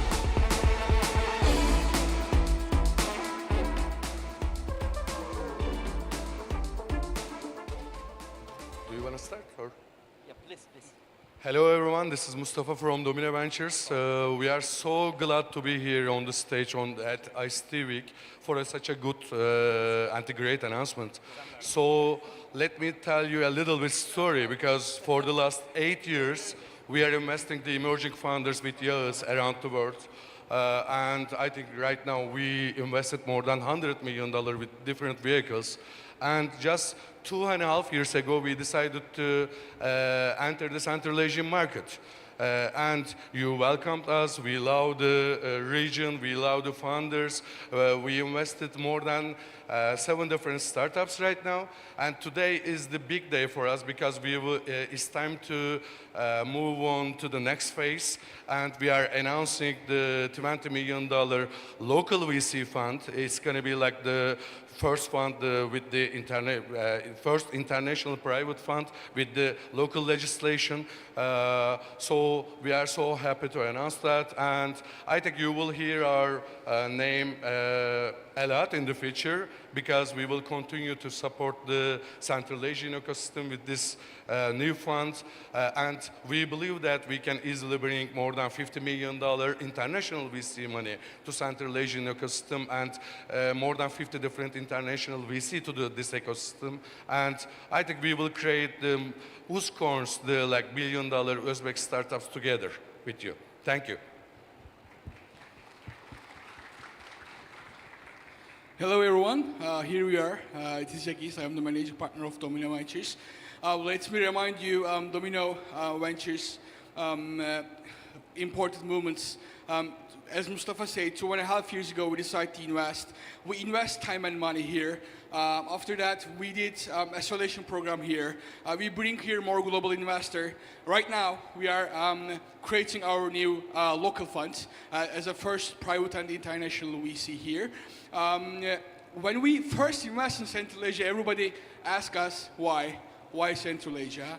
And is there any ecosystem? So I guess in the last 2 years, everyone from that ecosystem showed that to every global investor that now that's not time for why, that's time for what is next. Thanks for all supporters. We feel that Uzbekistan is second home for us. Thanks to Mr. Mustafa first, my mentor and the partner, because he first mentioned about Central Asia first 2.5 years ago. Thanks to our team in Istanbul, Gamze. Thanks to our Uzbekistan team, our CFO and lawyer for making that happen, because 3 months we have worked a lot. Thanks to UzVC, our anchor investor, because the funds of funds are a pretty important role, playing a pretty important role. Thanks to IT Park and IT Park Ventures, because from the very first day they are with us and they support us. Yeah, thank you for everything.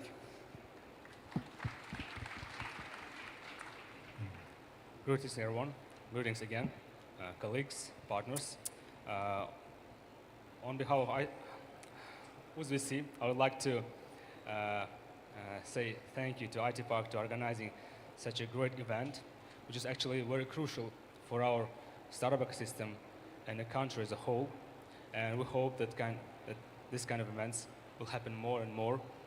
And we're glad to co-announce that first private foreign VC fund is established in Uzbekistan. And UzVC is one of the investors, an anchor investor. We'll be glad to invite others to contribute to this fund and make it happen together. And last but not least, I would like to add that we are sure that this is only the beginning of the story, and we are the authors of the first pages of a new chapter of the startup and venture capital system development. Thank you. Hello, everyone. Again, thank you. Thank you, Mustafa. Thank you, Yagis. You came to Uzbekistan when it was, in general, nothing. It was before then to 2022, right, 2021. And at that time, the startup ecosystem, the total investment that it was mentioned today was 1 million or less than 1 million. I'm not sure, but 1 million. And last year, it was 70 million. And this year, we already exceeded 200 million. And I'm sure it's just beginning. It's just beginning. It's very easy to come where the ecosystem is growing, but it's difficult, very, very difficult. You understand, and I'm sure that all our ecosystem builders understand how it's difficult to come to the ecosystem when the ecosystem is nascent. It's just no any money, no any venture funds. Now today, it's just 14th venture fund in Uzbekistan. Yes, operating in Uzbekistan.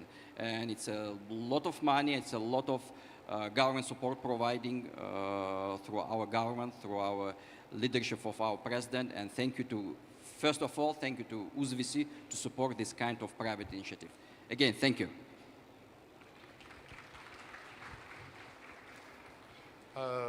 We can have a photo, I guess, together. If it's I okay. would like to invite the Gamze and Gulşen and the CFO and the lawyer, please. Thank you.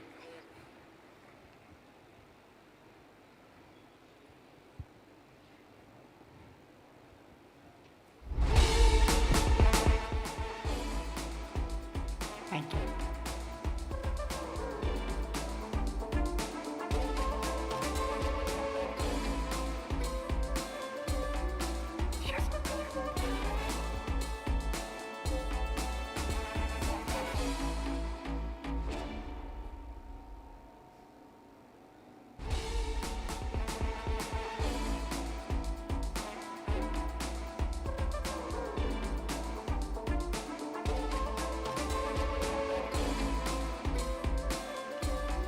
Thank you, guys.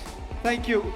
First of all, UzVC team, keep investing to the VCs. Thank you. And we want real investments coming very soon, my friends.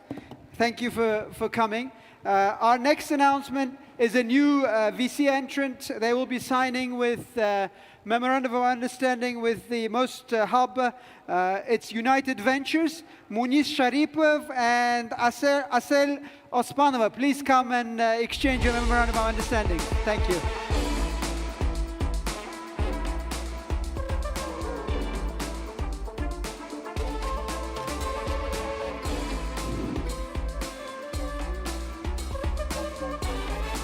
Они не будут говорить.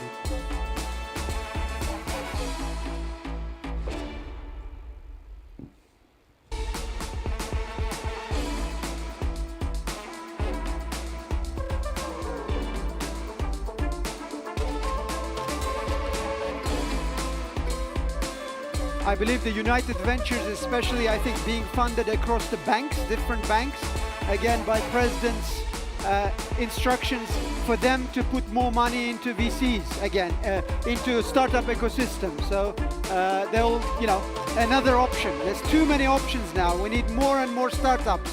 That's great. Thank you. Thank you.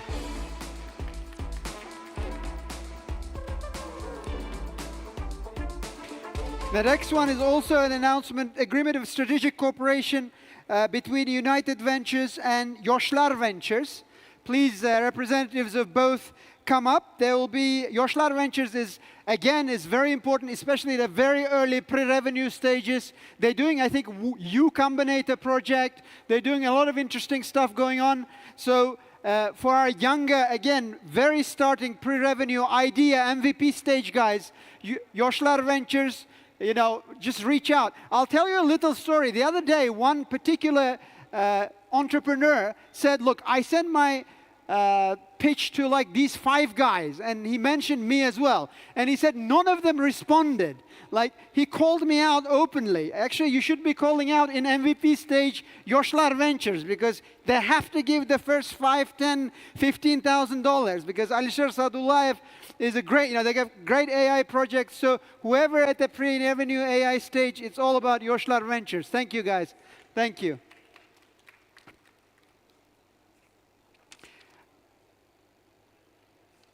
Next one is announcement of the Abdulakhat Kuchkarov Aron, very much with Pavel Kaktyshov. They'll talk about Central Asian Investment Forum being announced here. And Abdulakhat is obviously, you know, bringing a lot more interesting forums. As I said, 3-4 years ago, we had small community, not only millions of dollars going in, but, you know, 40 countries, you know, guests, 500 guests in this event. Every year it's getting bigger and bigger. And thank you for all of you coming, and I'll invite Abdulakhat himself, and you guys announce your venture. Thank you.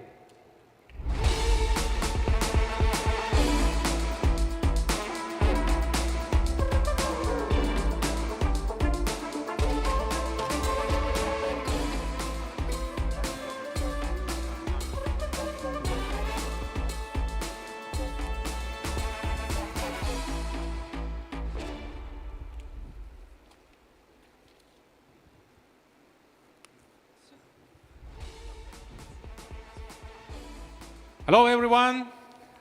Salam, Tashkent. My name is Pavel, and I'm pleased to be here. So it was like not the ordinary exchange of the like memorandums and folders, but it's about announcing Central Eurasia Venture Forum coming to Tashkent next year in April. And yeah, it's a big deal. We bringing the most intimate, most effective VC forum to the Tashkent for disease growing soil. And yeah, please, we're pleased to be partnered with IT Park. Yep, thank you, Pavel. I know Pavel, how many years? 7, 8? More. Yes. More than 10 years. Yeah, more than 10 years. And the Pavel was one of the first who started to creating startup ecosystem in Kazakhstan. And I think the 60, 70%, maybe more. The results of Kazakhstan startup ecosystem, it depends on you. And I'm sure that this type of opportunities provide a lot of new ideas for our founders, for our startups, for our business angels. And it's also show where ecosystem is shifting, where to build startups. And Uzbekistan for the last few years, you can see that it's a lot of information and truth that we made a drastically change with a drastically growth in all of directions, in our GDP, in our economically industrialization, it's a lot of factories in others and others. The same thing in IT, and I think it's a good opportunity for our startups, for our ecosystem to grow and grow together. Only to grow together, showing our market together, we can invite founders, investors to our Central Asian market. Thank you, Pavel. Thank you. Thank you. And I'll give you a few more information about what's coming up.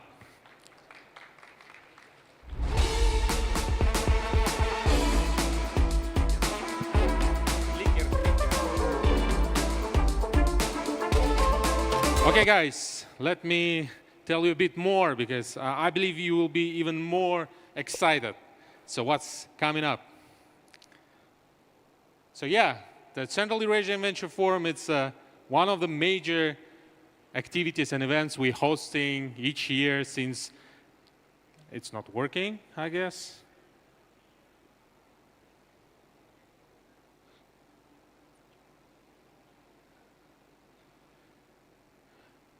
Okay, now it's working. Like, look at this screen. It's me almost 10 years ago and 30 kilograms before, right? Yeah, and I'm holding a brick. And a brick, it's a building ground of the economy, representing entrepreneurs. So I believe that entrepreneurs is making a difference. Entrepreneurs is main heroes of today's world, and they creating the new opportunities. So we, since the very beginning at MOST, we are getting together all the entrepreneurs, investors to the same place. And we started as a Young Entrepreneurs Club back in 2011. We started hosting like first Global Entrepreneurship Week then and start getting like experienced entrepreneurs. I'm doing business since 2009 when I was 19, doing e-commerce business. And then in 2011, I was like really looking for community of young, like-minded young entrepreneurs in Almaty, and I haven't found one. So then I established the club. So then it turns into the first private business incubator in 2015. We start doing community work, education, first business incubator, first acceleration, and in 2021 we set up first private venture fund in Astana Financial Center. And since then we start covering and supporting entrepreneurs all year round. Like we walk alongside with entrepreneurs since the very beginning, from ideation stage into the growth stage. And we're pleased to bring this ecosystem to Tashkent, to Uzbekistan. So here is a few more numbers about our job. And for all these almost 15 years of the job, I was super excited working with the founders. And since the very early days, first time I came for the Center for Global Entrepreneurship Week here in Tashkent in 2015, and then we met with Abdullah Khan. So that's how it's happened. But it's not first day of working with Uzbekistan for us. We have a strong partnership with C-Space partners. It's a great team headed by Dilmurod, and we're pleased to continue this work. So we just turned to be 2 years old partnership yesterday, and you can give a bit of applause for this, because it's a really journey, and I really believe that for the passion and for the talent of the Uzbek entrepreneurs, and we just need to scale this kind of opportunities to the global stage. So we see that Central Asia, Central Eurasia, if we're taking Caucasus, as a part of the region, grow these emerging markets. We see that it's booming.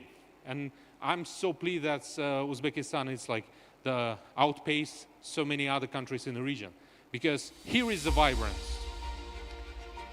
And this kind of event we're bringing to Tashkent. Central Eurasian Venture Forum 2025.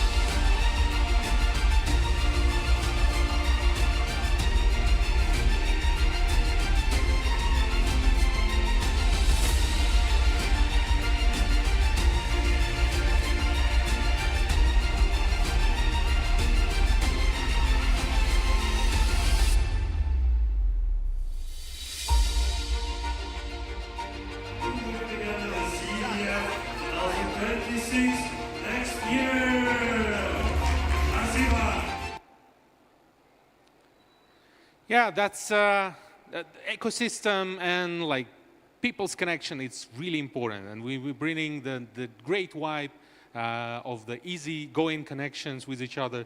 But the main goal is to bring the real investors, to showcase them startups and investment opportunities, to bring them to the group of the like-minded people. And of course, like we trying to attract more global capital. So we want to position Uzbekistan as a truly deserved place as a regional hub and the growing international hub for venture capital. So we will bring more synergies because we believe that we are unavoidable. We will bring every single partner, every single university here, every single association here, because we have so much energy here, and we want just to recreate this beauty of synergy. And then we want to bring and show this confidence that we have to the global investors. And of course, there is a slightly different approach bringing investors, but usually we have the big part of the community coming to these forums. It's real investors. Not all of them recognize and show themselves as investors. They don't usually wear the investors' badges sometimes, but yeah, most of them investors. I'm so pleased to tell you guys that the audience of this forum is going to be tremendous, and we will bring a lot of real world entrepreneurs and investors, not only from the Uzbekistan, but from the whole region and internationally. So, and Tashkent is a great place to show more success stories. This forum is special to me because we sign deals right on the forum. So this is just a few examples of startups, Yaya, Instagram, who really signed the deals during the forum, right? So they met investor, they got first hard commitment, and then yeah, they proceed with all these investors. So it's going to be anniversary forum, it's going to fifth forum, it's going to be more participants, it's going to be really vibrant, and we believe we can build the great success stories out of this forum next year in Tashkent, April 2026. Thanks for hosting us. Thanks our partners in Ministry and in IT Park for trusting us. And yeah, let's build the great ecosystem together. Thank you. Thank you. Thank you very much.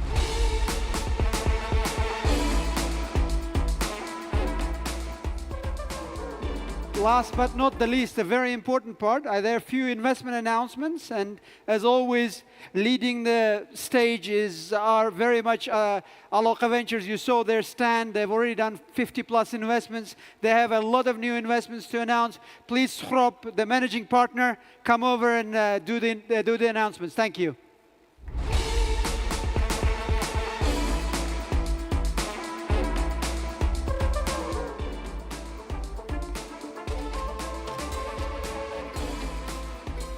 Hello everyone. Welcome to Uzbekistan. Welcome to ICT Week 2025. We are very glad to see you all here, and Today we are announcing investment for 5 startups, very bright startups. And yeah, today we brought 5 startups with total funding $750,000. Yeah. Most of them are from Uzbekistan, and we have a couple of startups from international market. So the first one is Tritmo, local startup that helps furniture manufacturers to introduce their products in 3D format directly to the interior designers. That helps them to boost their sales. We are investing $50,000 to Tritmo.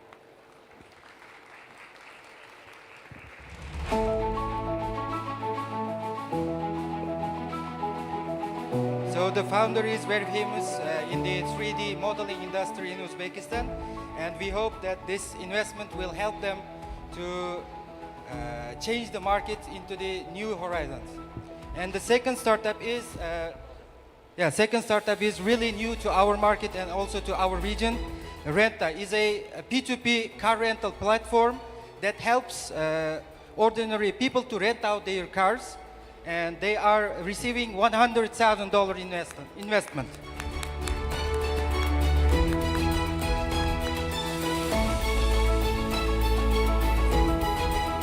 The third startup is also a really interesting one. It's an AI startup that helps fitness instructors, people who are doing fitness to improve their style. So Kinestex, we are investing $150,000.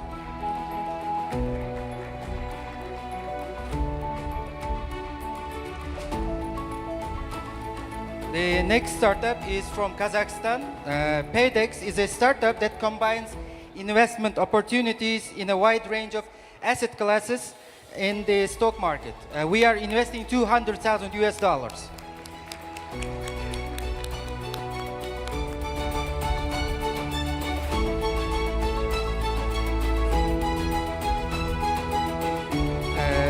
Last but not least, e-Guarantee from Turkey. E-Guarantee is an insurtech startup that helps manufacturers to enable their digital insurance policies and to be more connected to their direct customers. We are investing $250,000.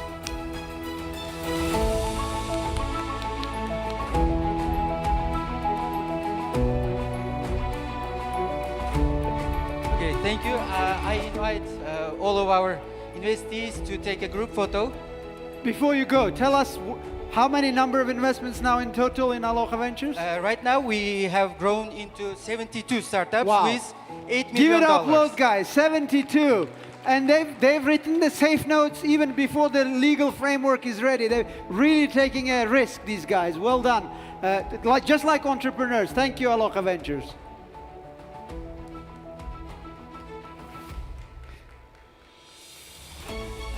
We have to catch up at IT Park Ventures. Fast.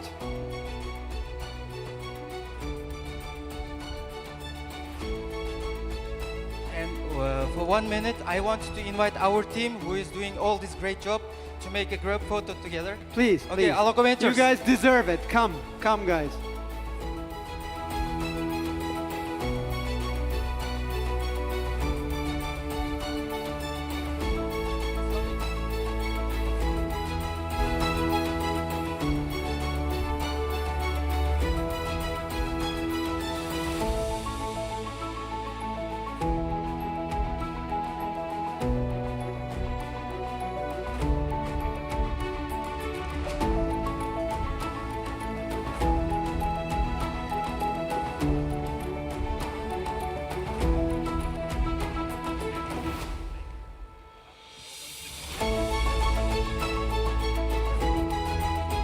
Thank you, everyone.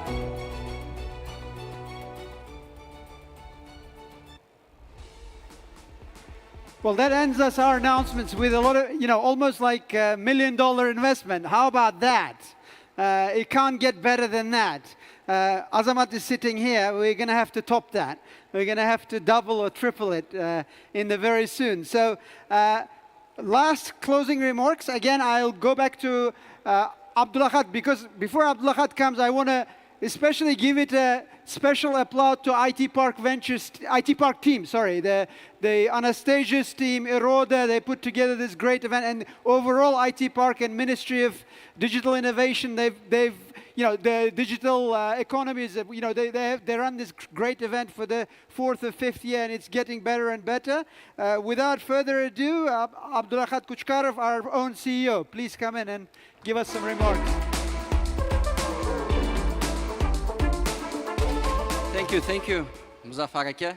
Muzaffar Ake was like the legend of our tech ecosystem. It was first founder who sold his startups in UAE, acquired by Amazon. And applause. Thank you. And I hope the next few years, Muzaffar Ake, we are waiting forward from you the next unicorns. And again, thank you everyone. I'm really glad to be here, and thank you for your coming from all around the world here to Uzbekistan. A lot of people comes from San Francisco to London, London to UAE to Tokyo here.